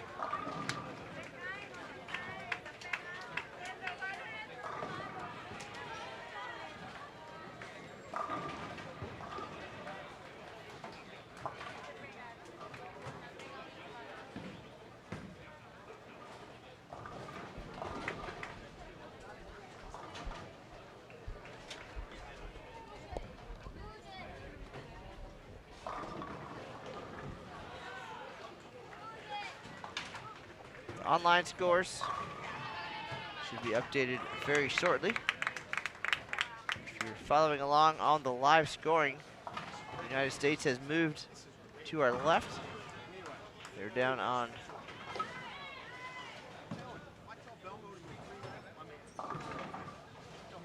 seven and 8.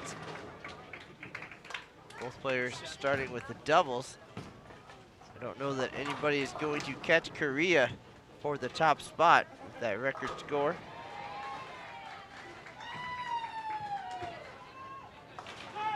United States certainly in position right now to be 2-3, which would mean that the two teams would have to bowl each other in the semifinals, again guaranteeing a spot in the gold medal round.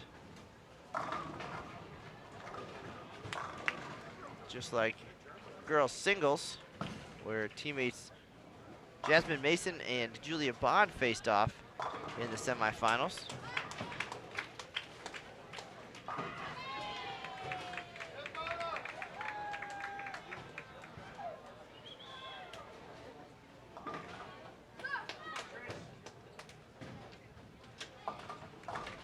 And should they end up bowling in opposite semifinals, there's a chance that neither one would make the gold medal match. So there's an interesting scenario for the countries.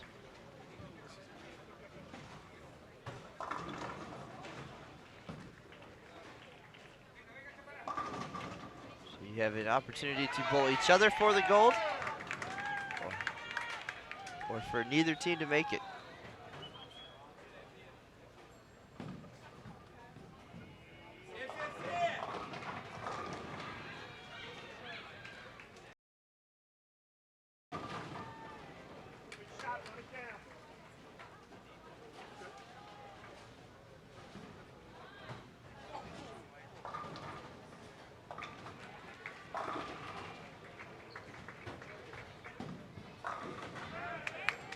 Our featured pairs this game, got our players from Colombia,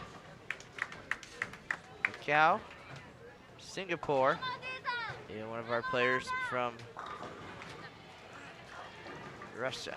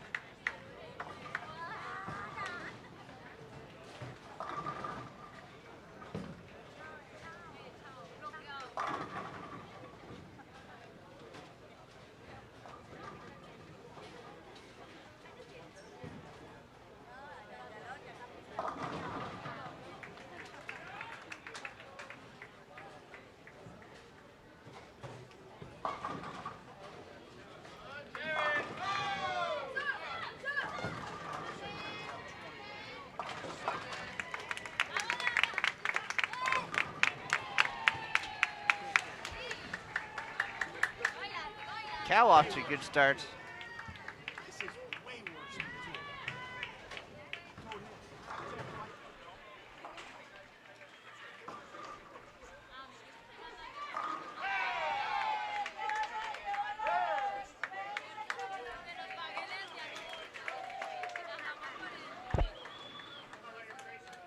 Cal off to a good start. Both players starting with 3 in a row before that first spare. Still waiting on the latest update for the breakdown. And this is game 5 of 6, so running out of room for some of our teams.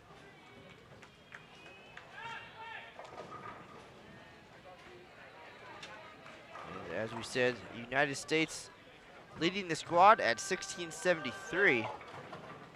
Next closest is Malaysia at 1613. Singapore, we're watching them right now, 1601. Germany, 1599. England 5th at 1562. Mexico 1548.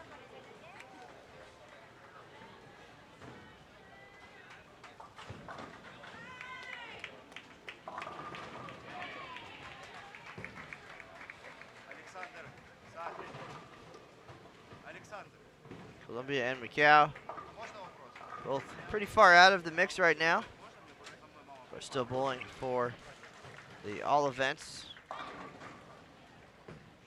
and potentially a spot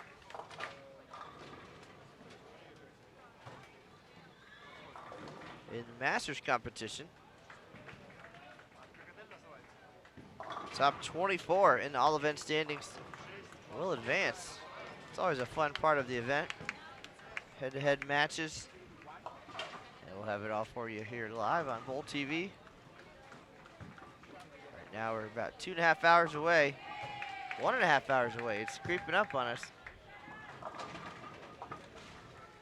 The semifinals for doubles. That will be at 6:30 Eastern, 5:30 here in Nebraska.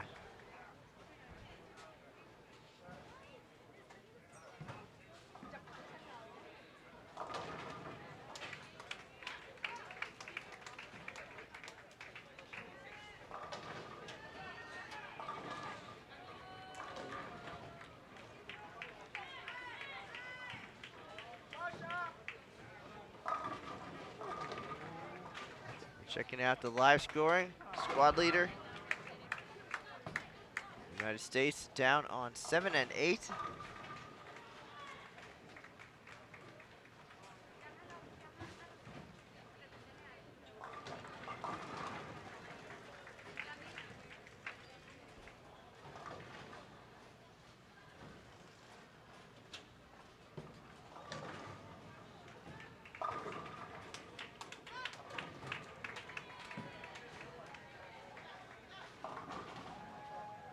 Malaysia down to 9 and 10.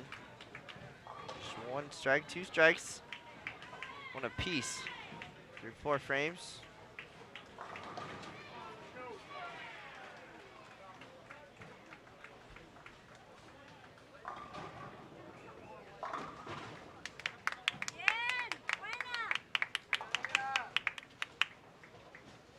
Singapore, a few costly open frames here. The single pin for sure. Definitely cannot be given away any pins at this level.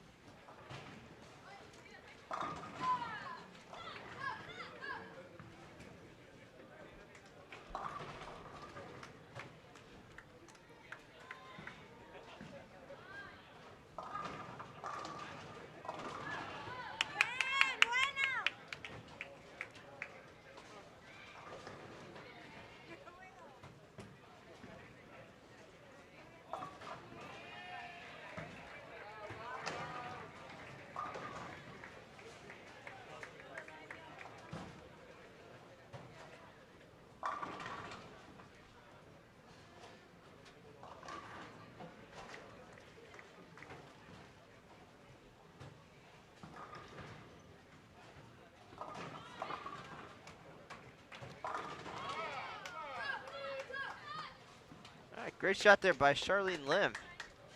After the missed single pin, back on track.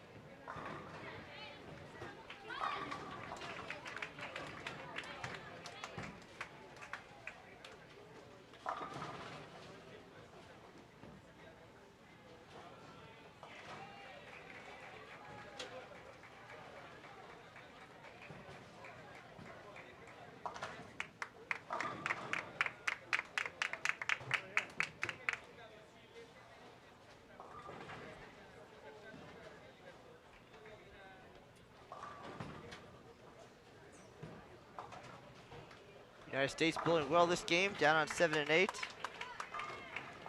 Just need to stay above water the last game and not do anything crazy bad. And should have no problem making the top 4.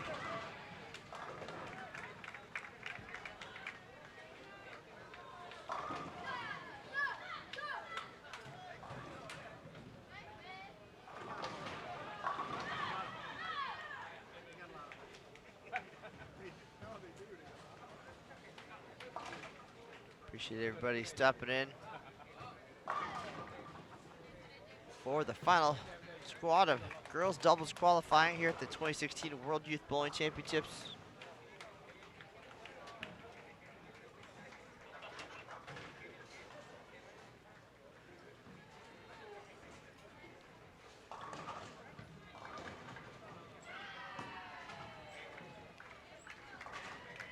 Game 5 of 6.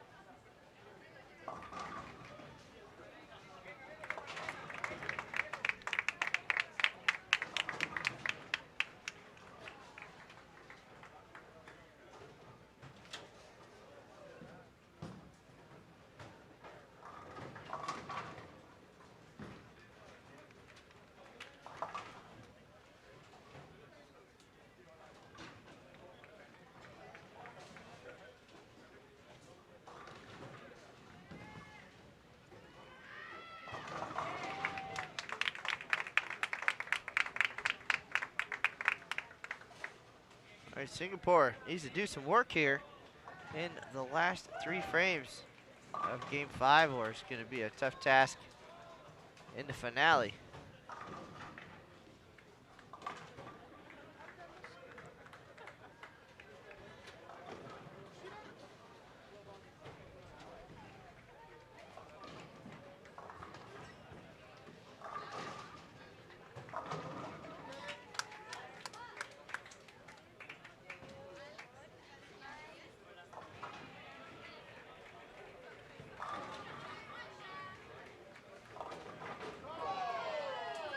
Charlene mixes them up and gets the 3-bagger to keep the momentum going for her and her team.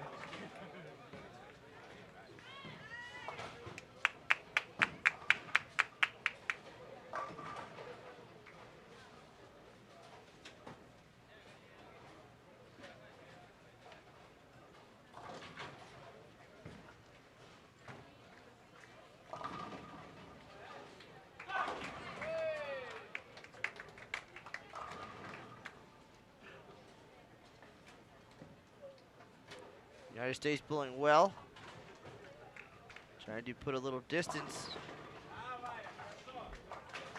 and move into 2nd place. Well, we're already there, but trying to stay there and maybe not have to worry about it going into game number 6.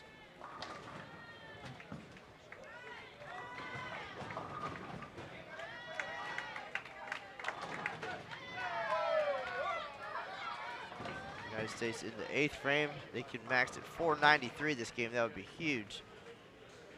Definitely not going to catch Korea. That could make a very comfortable game number 6.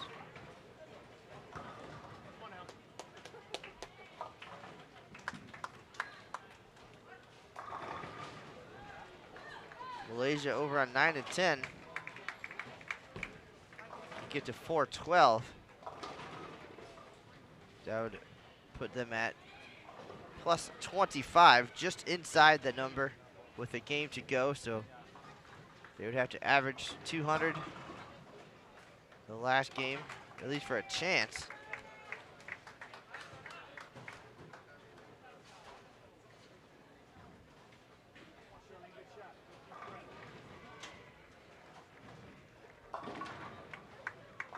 Best Singapore can do here is 439. That also would put them above that plus 20 mark.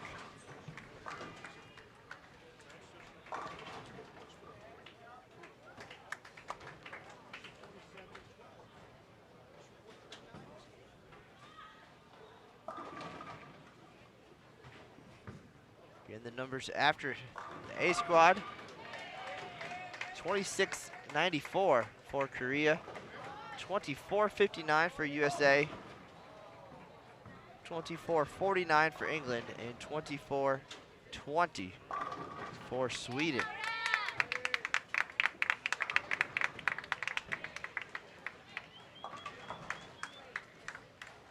So far, Korea guaranteed a spot there in the semifinals mathematically.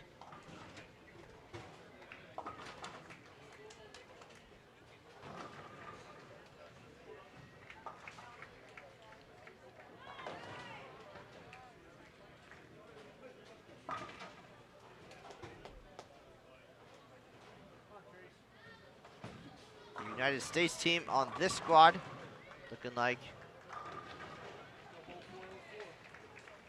a solid second seed.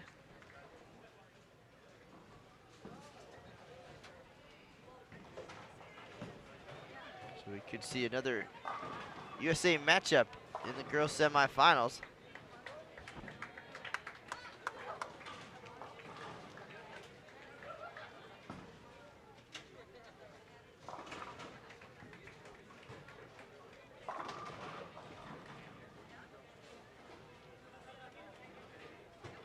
Things continue to not go well for Singapore here.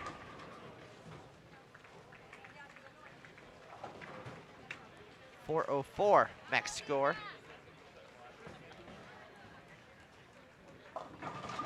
And another split.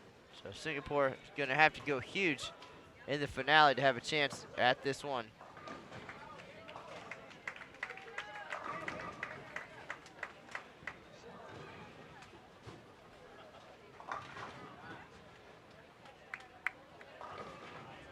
Malaysia also will lose pins this game, down on 9-10. So looking even better for both the United States teams with the game to go.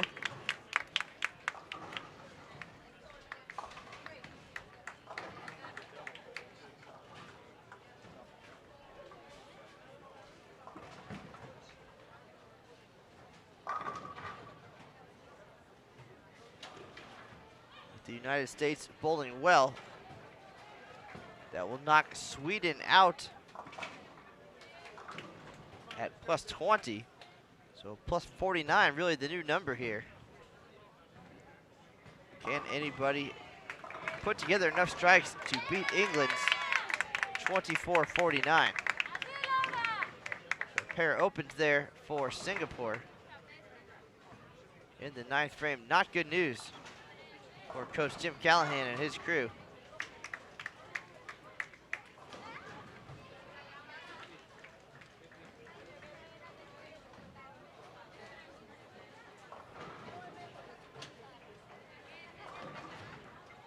Best they can do, 372.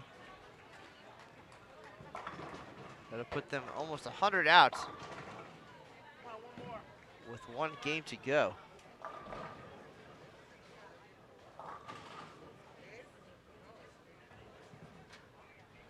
United States still striking. We can get to 248 and 245 respectively.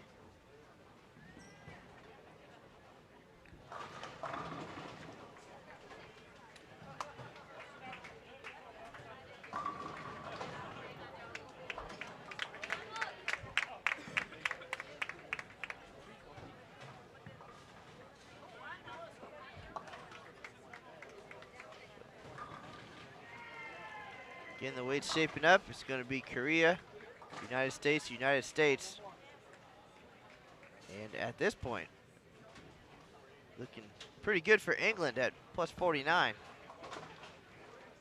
Singapore dipping into the minus here. The only other real threat right now is Malaysia. And they will be a good minus this game as well. We check in on our other team from England.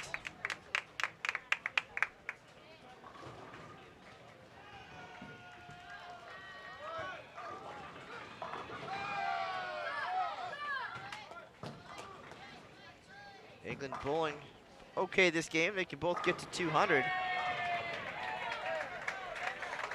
Right now, minus 38. So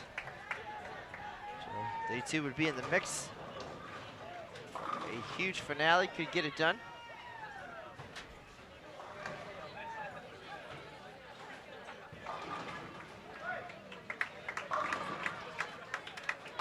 Nice game here for Colombia, but a little bit too late.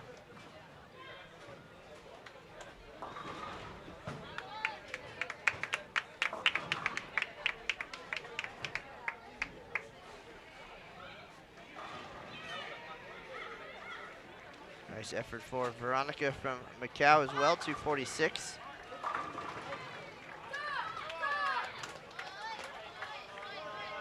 Three in the 10th for Lim for Singapore.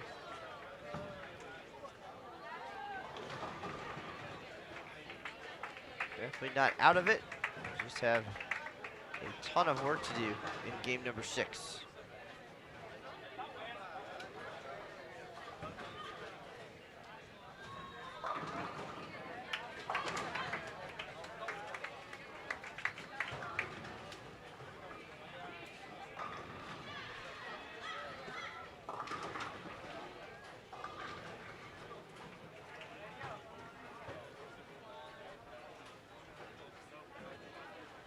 For the United States, Jordan Richard finishes with 223.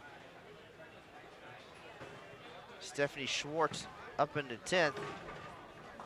She'll be in the 230s.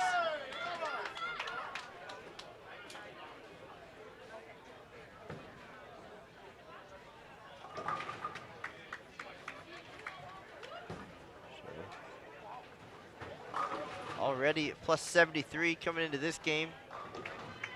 Richard attacks on another 23.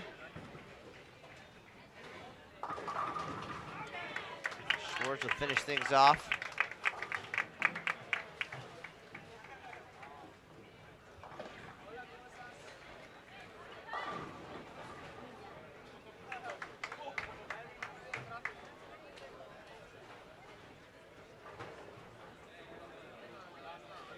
Should be at 233, so United States at plus 129.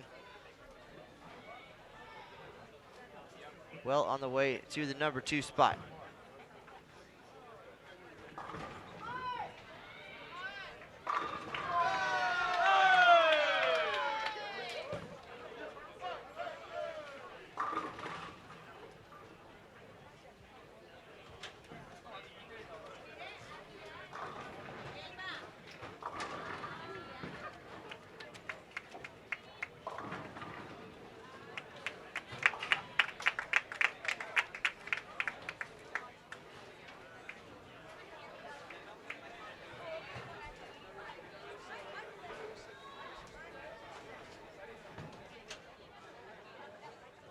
Singapore doing all they can here in the 10th frame to at least have a chance with the game to go.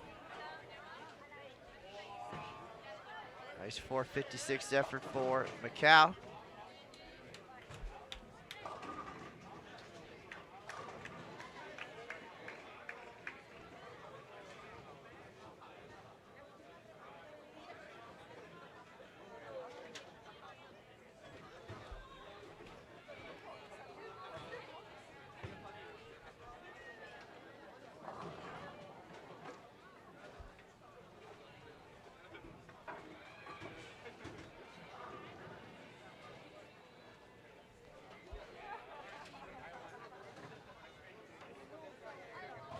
have the unofficial update for you in just a moment as the teams make their way on for game number 6, final game of doubles qualifying on the girls' side here at the 2016 World Bowling Youth Championships. Matt Canizaro, Aaron Smith, live at Sun Valley Lanes in Lincoln, Nebraska.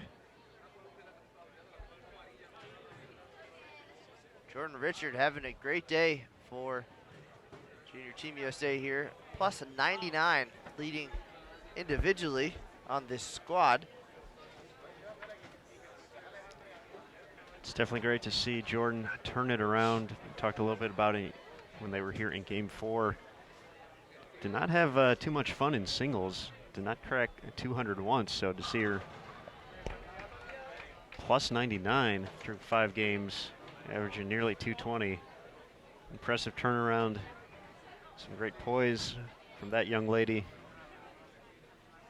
to put that that first performance behind her and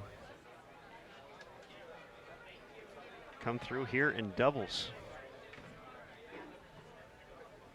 Well, it will be very challenging for Jordan and Stephanie not to end up with the number 2 spot. They're at plus 129. Singapore at minus 29. England at minus 37. Germany at minus 47.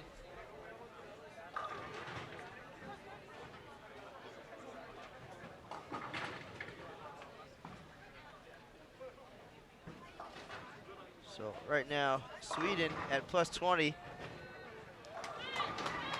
Not looking good for the semifinals. Korea already locked in as the number 1 seed.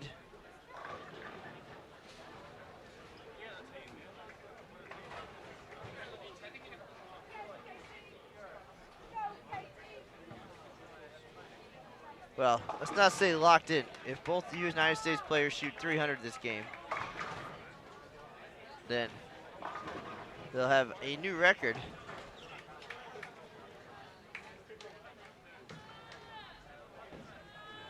And will be the leaders.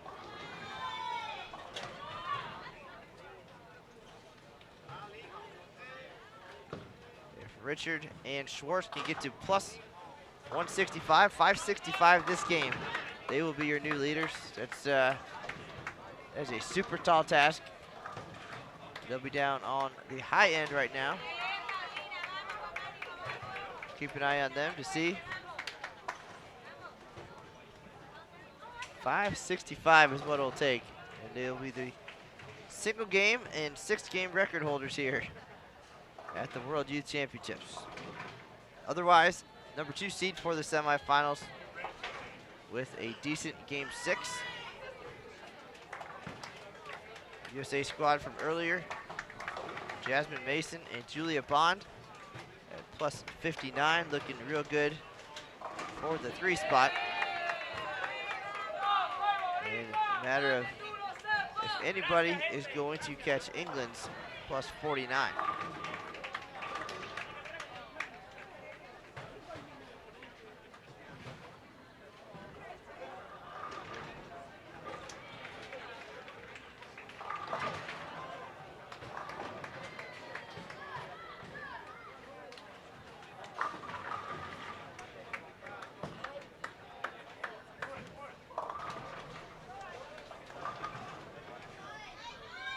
Game 6 underway. Joining us here, got players from Korea. Saw their teammates break the doubles record earlier today.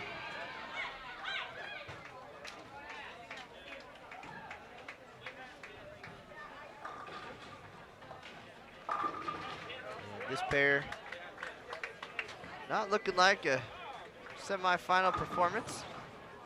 We've also got Australia back on our featured pair. Puerto Rico and Slovakia.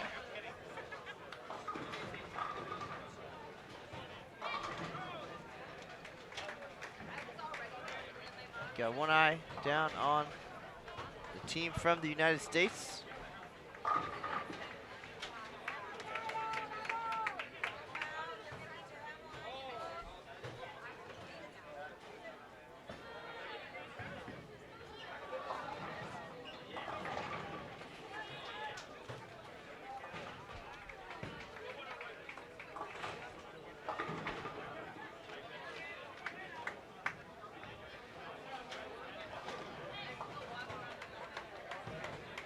Malaysia down on 27-28, a very distant possibility.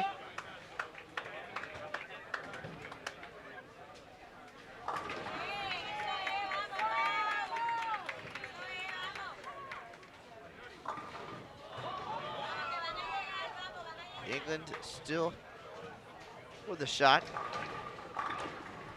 Minus 37 coming into this game. We need a big number to catch presumably their teammates at the moment.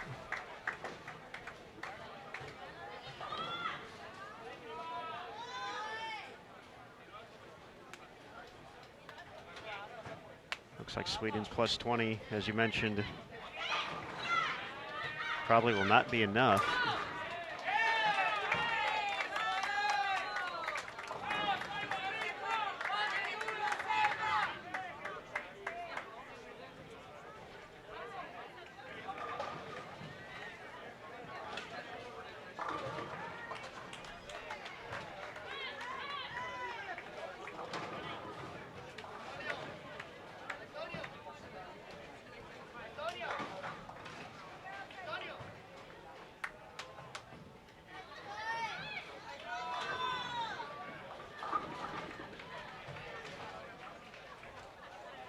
All right, so now, mathematically, Korea will be number 1 for the girls doubles semifinals. The record score of 26-94.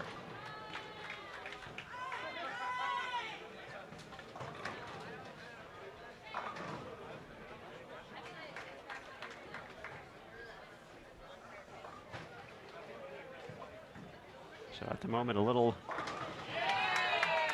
less dramatic than what we had at the end of the boys doubles qualifying, where it was a frenzy of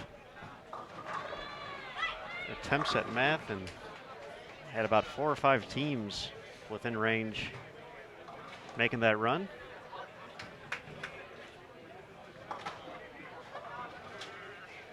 We do have England one pair to our left.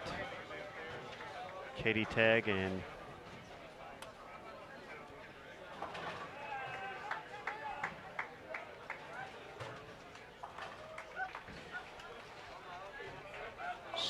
Sophie Thompson.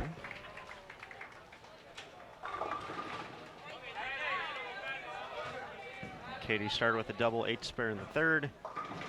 Open in the first for Sophie, spare in the second. She's stepping up for her third frame in a moment.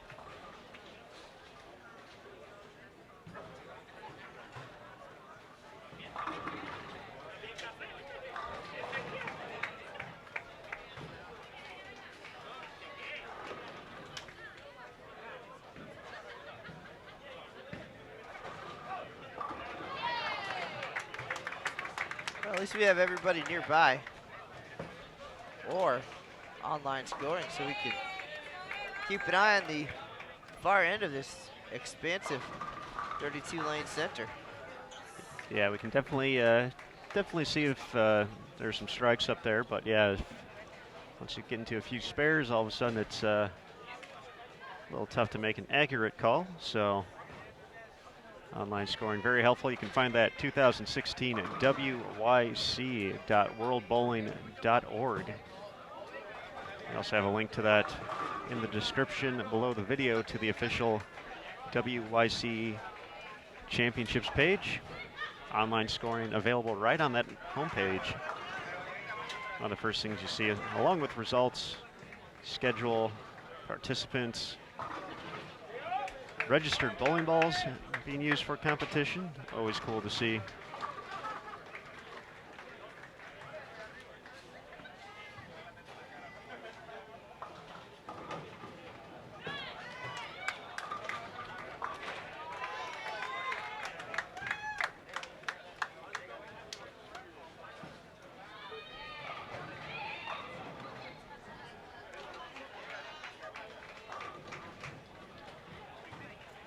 So for the second consecutive medal round on the girls' side,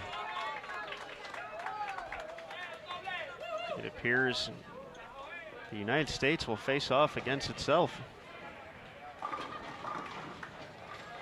in the semifinal round, so can't ask for much more than that. 2 events in and 2 trips to the title match.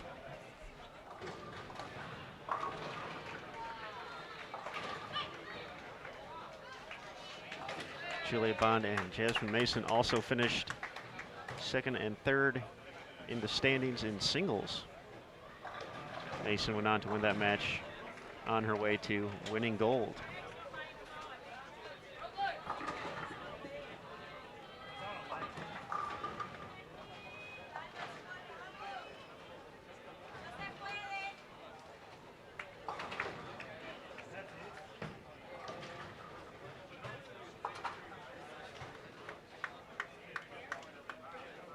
All right, so the numbers for these teams to at least have a chance to tie for the last spot right now.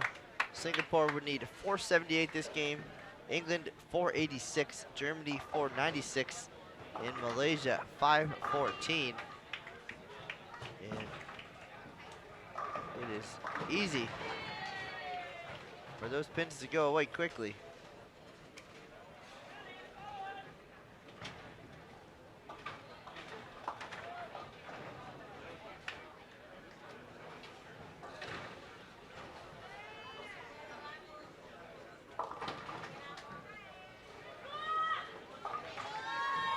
We got Germany and England right next to us. Malaysia pulled up on the live scoring.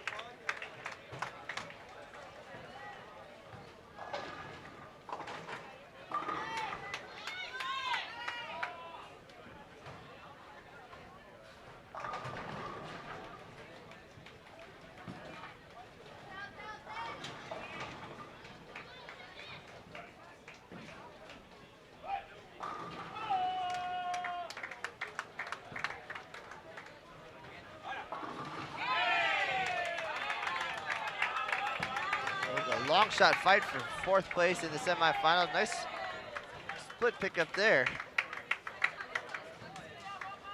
on lane 18. Emily Rigney from Australia going to be making her way to Vanderbilt in the fall.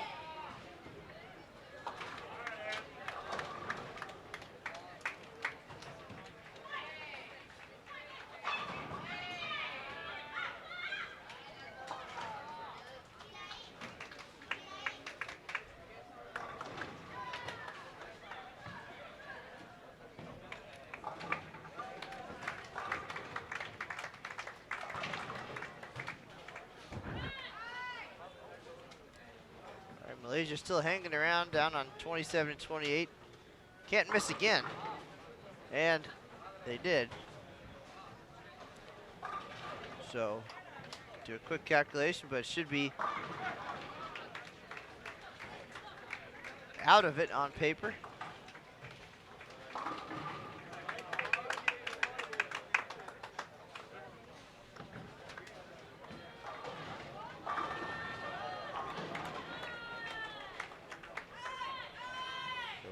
Cross Malaysia off the list. Best they can do is 496. That'll put them at plus 31, which will not be enough.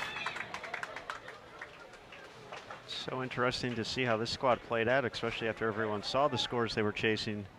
We saw a few folks plus in the early going, but here we are, game 5. The United States tandem of Schwartz and Richard.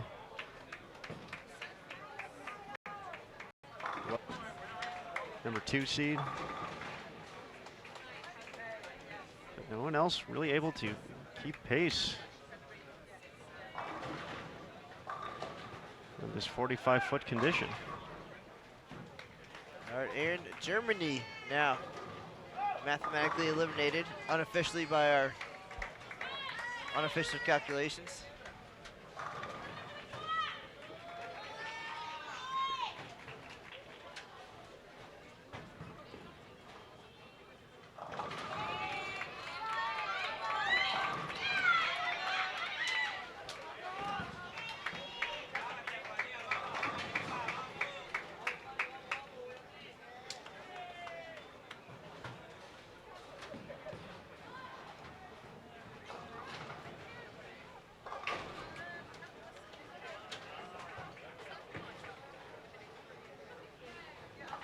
England cannot miss again. But the good news there, if they did, would be that the other half of the England contingent would be in. So it's a win-win for England.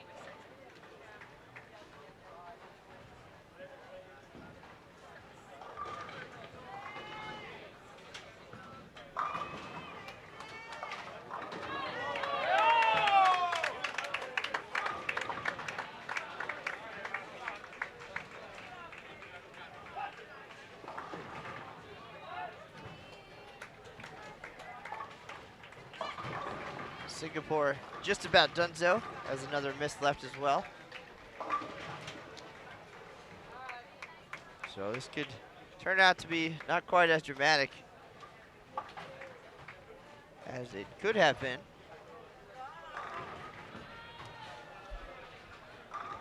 United States team of Julia Bond and Jasmine Mason can breathe easy, except for the fact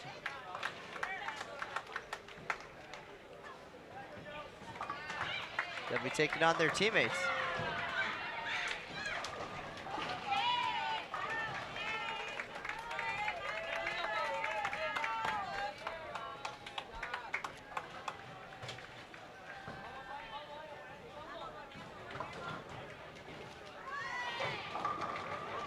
Matt Cannizzaro getting a thumbs down in the sock game today.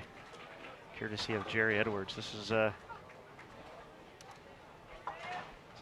not very flashy today. Matt, what's that all about? It's medal round day. I didn't know this was going to end up being a thing. I need to step it up for sure. Once we're done with the U.S. Women's Open, time to go shopping, revamp the wardrobe. Although, during our office days, I do like the mathematical probability that you and I are going to be wearing the exact same shirt. It's happened a few times. Wearing the USBC swag around the office, representing.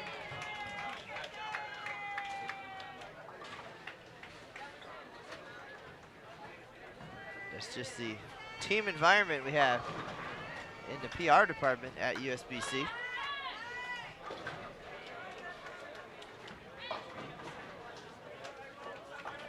And if you're just tuning in, it's our final game of qualifying for girls doubles here at the 2016 World Bowling Youth Championships.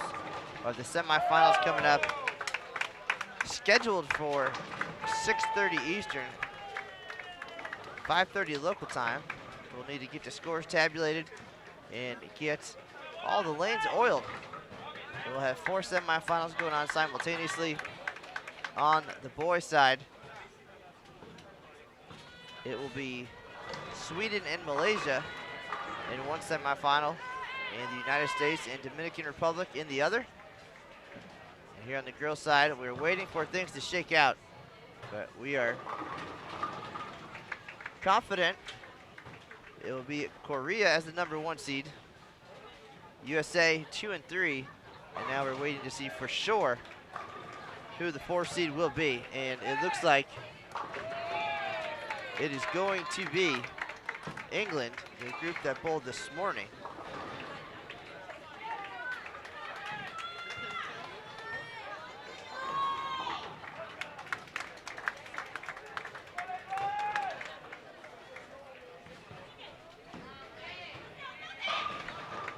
Kiera Ray and Emily Allen looking safe at 24-49 right now. Japan had an outside chance to strike out to get to plus 56. One pair to our right, but Miri Ishimoto working on 4 consecutive strikes, just stone an 8-pin. So that effectively will knock them out of the number.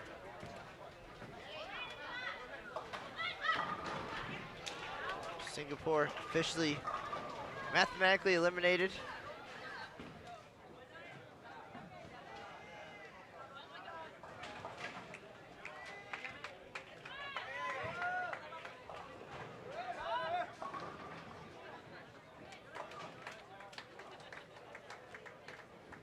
And our England team going to our left cannot get there.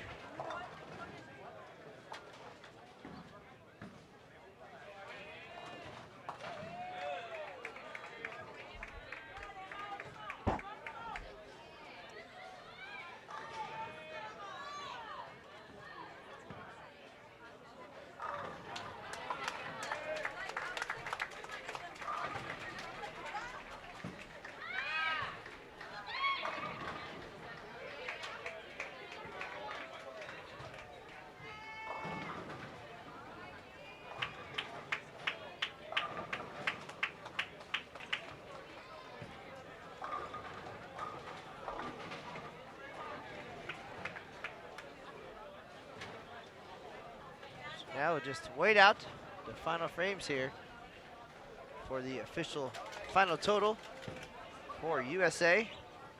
Who's the only team on this squad to sneak in. Somewhat similar to what we saw in singles. Just one player making it from B squad was Jasmine Mason. Maybe a good sign for Richard and Schwartz. All right, again, it will be Korea and England in one semifinal, and 2 United States teams facing off in the other. Winners will battle for the gold medal, so United States guaranteed a shot at gold here in doubles. Looking to bring the title home to the U.S. for the 2nd consecutive time. It was Sarah Loker and Liz Culkin got it done in Hong Kong in 2014.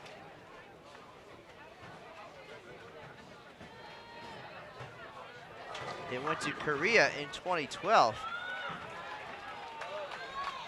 Korea broke the record earlier today for a 6-game qualifying.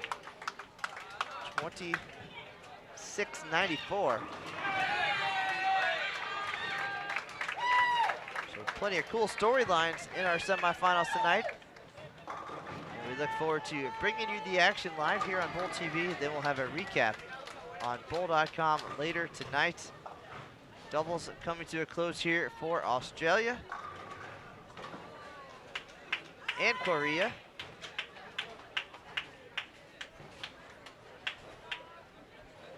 We get into the 10th frame. on our other featured pair, Puerto Rico and Slovakia. All of these players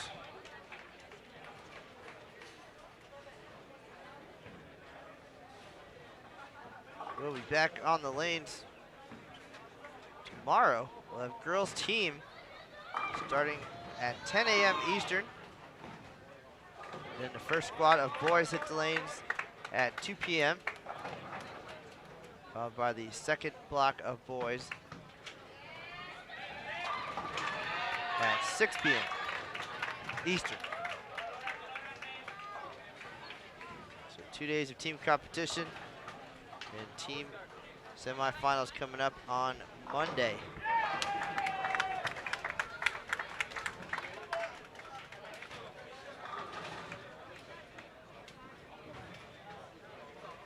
Semifinals for doubles scheduled to start in about 30 minutes. They might push that back as they oil the lanes and allow the lanes to sit for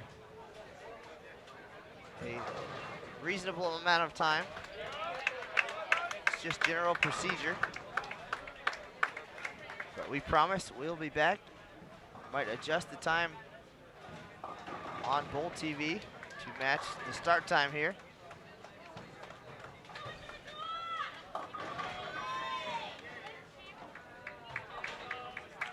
Just a reminder, the live scoring feature will be probably very helpful during the semifinal matches, so have that all set to go.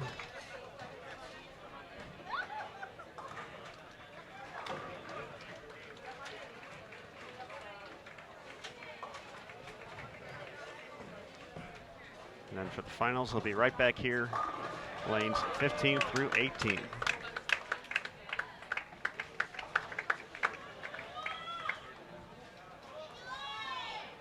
Stefania Cobo from Puerto Rico and Kristina Sremkova will have the honors of helping us wrap up B squad qualifying.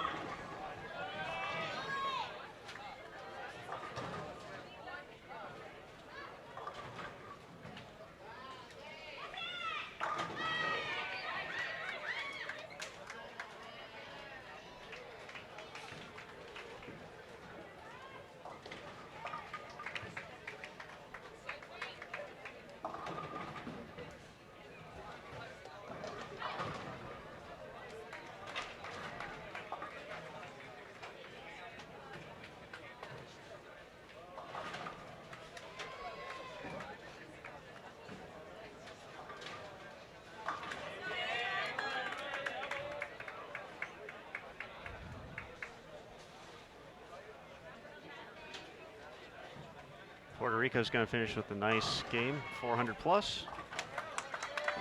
Fortunately, they'll be still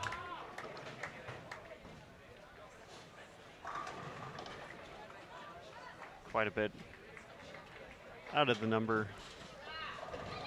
Could finish at 22.98.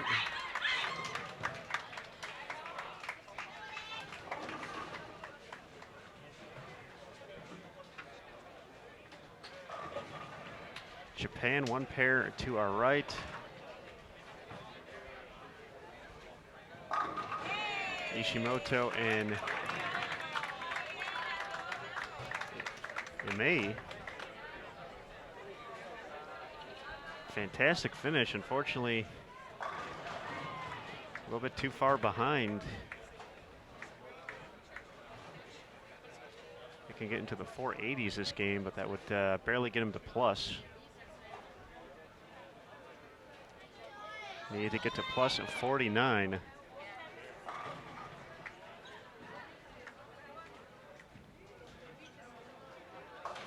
Mr. Smith, we're all done here on our featured pairs. And we need to get situated here for the semifinals, scheduled for 5:30 local time, 6:30 Eastern. Might be a few minutes later as we get the lanes oiled back up for those matches. But unofficially, it is going to be Korea against England. And then 2 United States teams bowling against each other. On the girls' side, on the boys' side, it will be Sweden and Malaysia, and the United States and Dominican Republic. We'll have all that for you. It's going to be exciting, no doubt. Doubles action coming to a close tonight. Medals will be handed out shortly. We do appreciate everybody tuning in from the 2016 World Bowling Youth Championships, Sun Valley Lanes in Lincoln, Nebraska. This is Matt Canizaro and Aaron Smith. That's the news for now, folks. We'll see you soon on the lanes.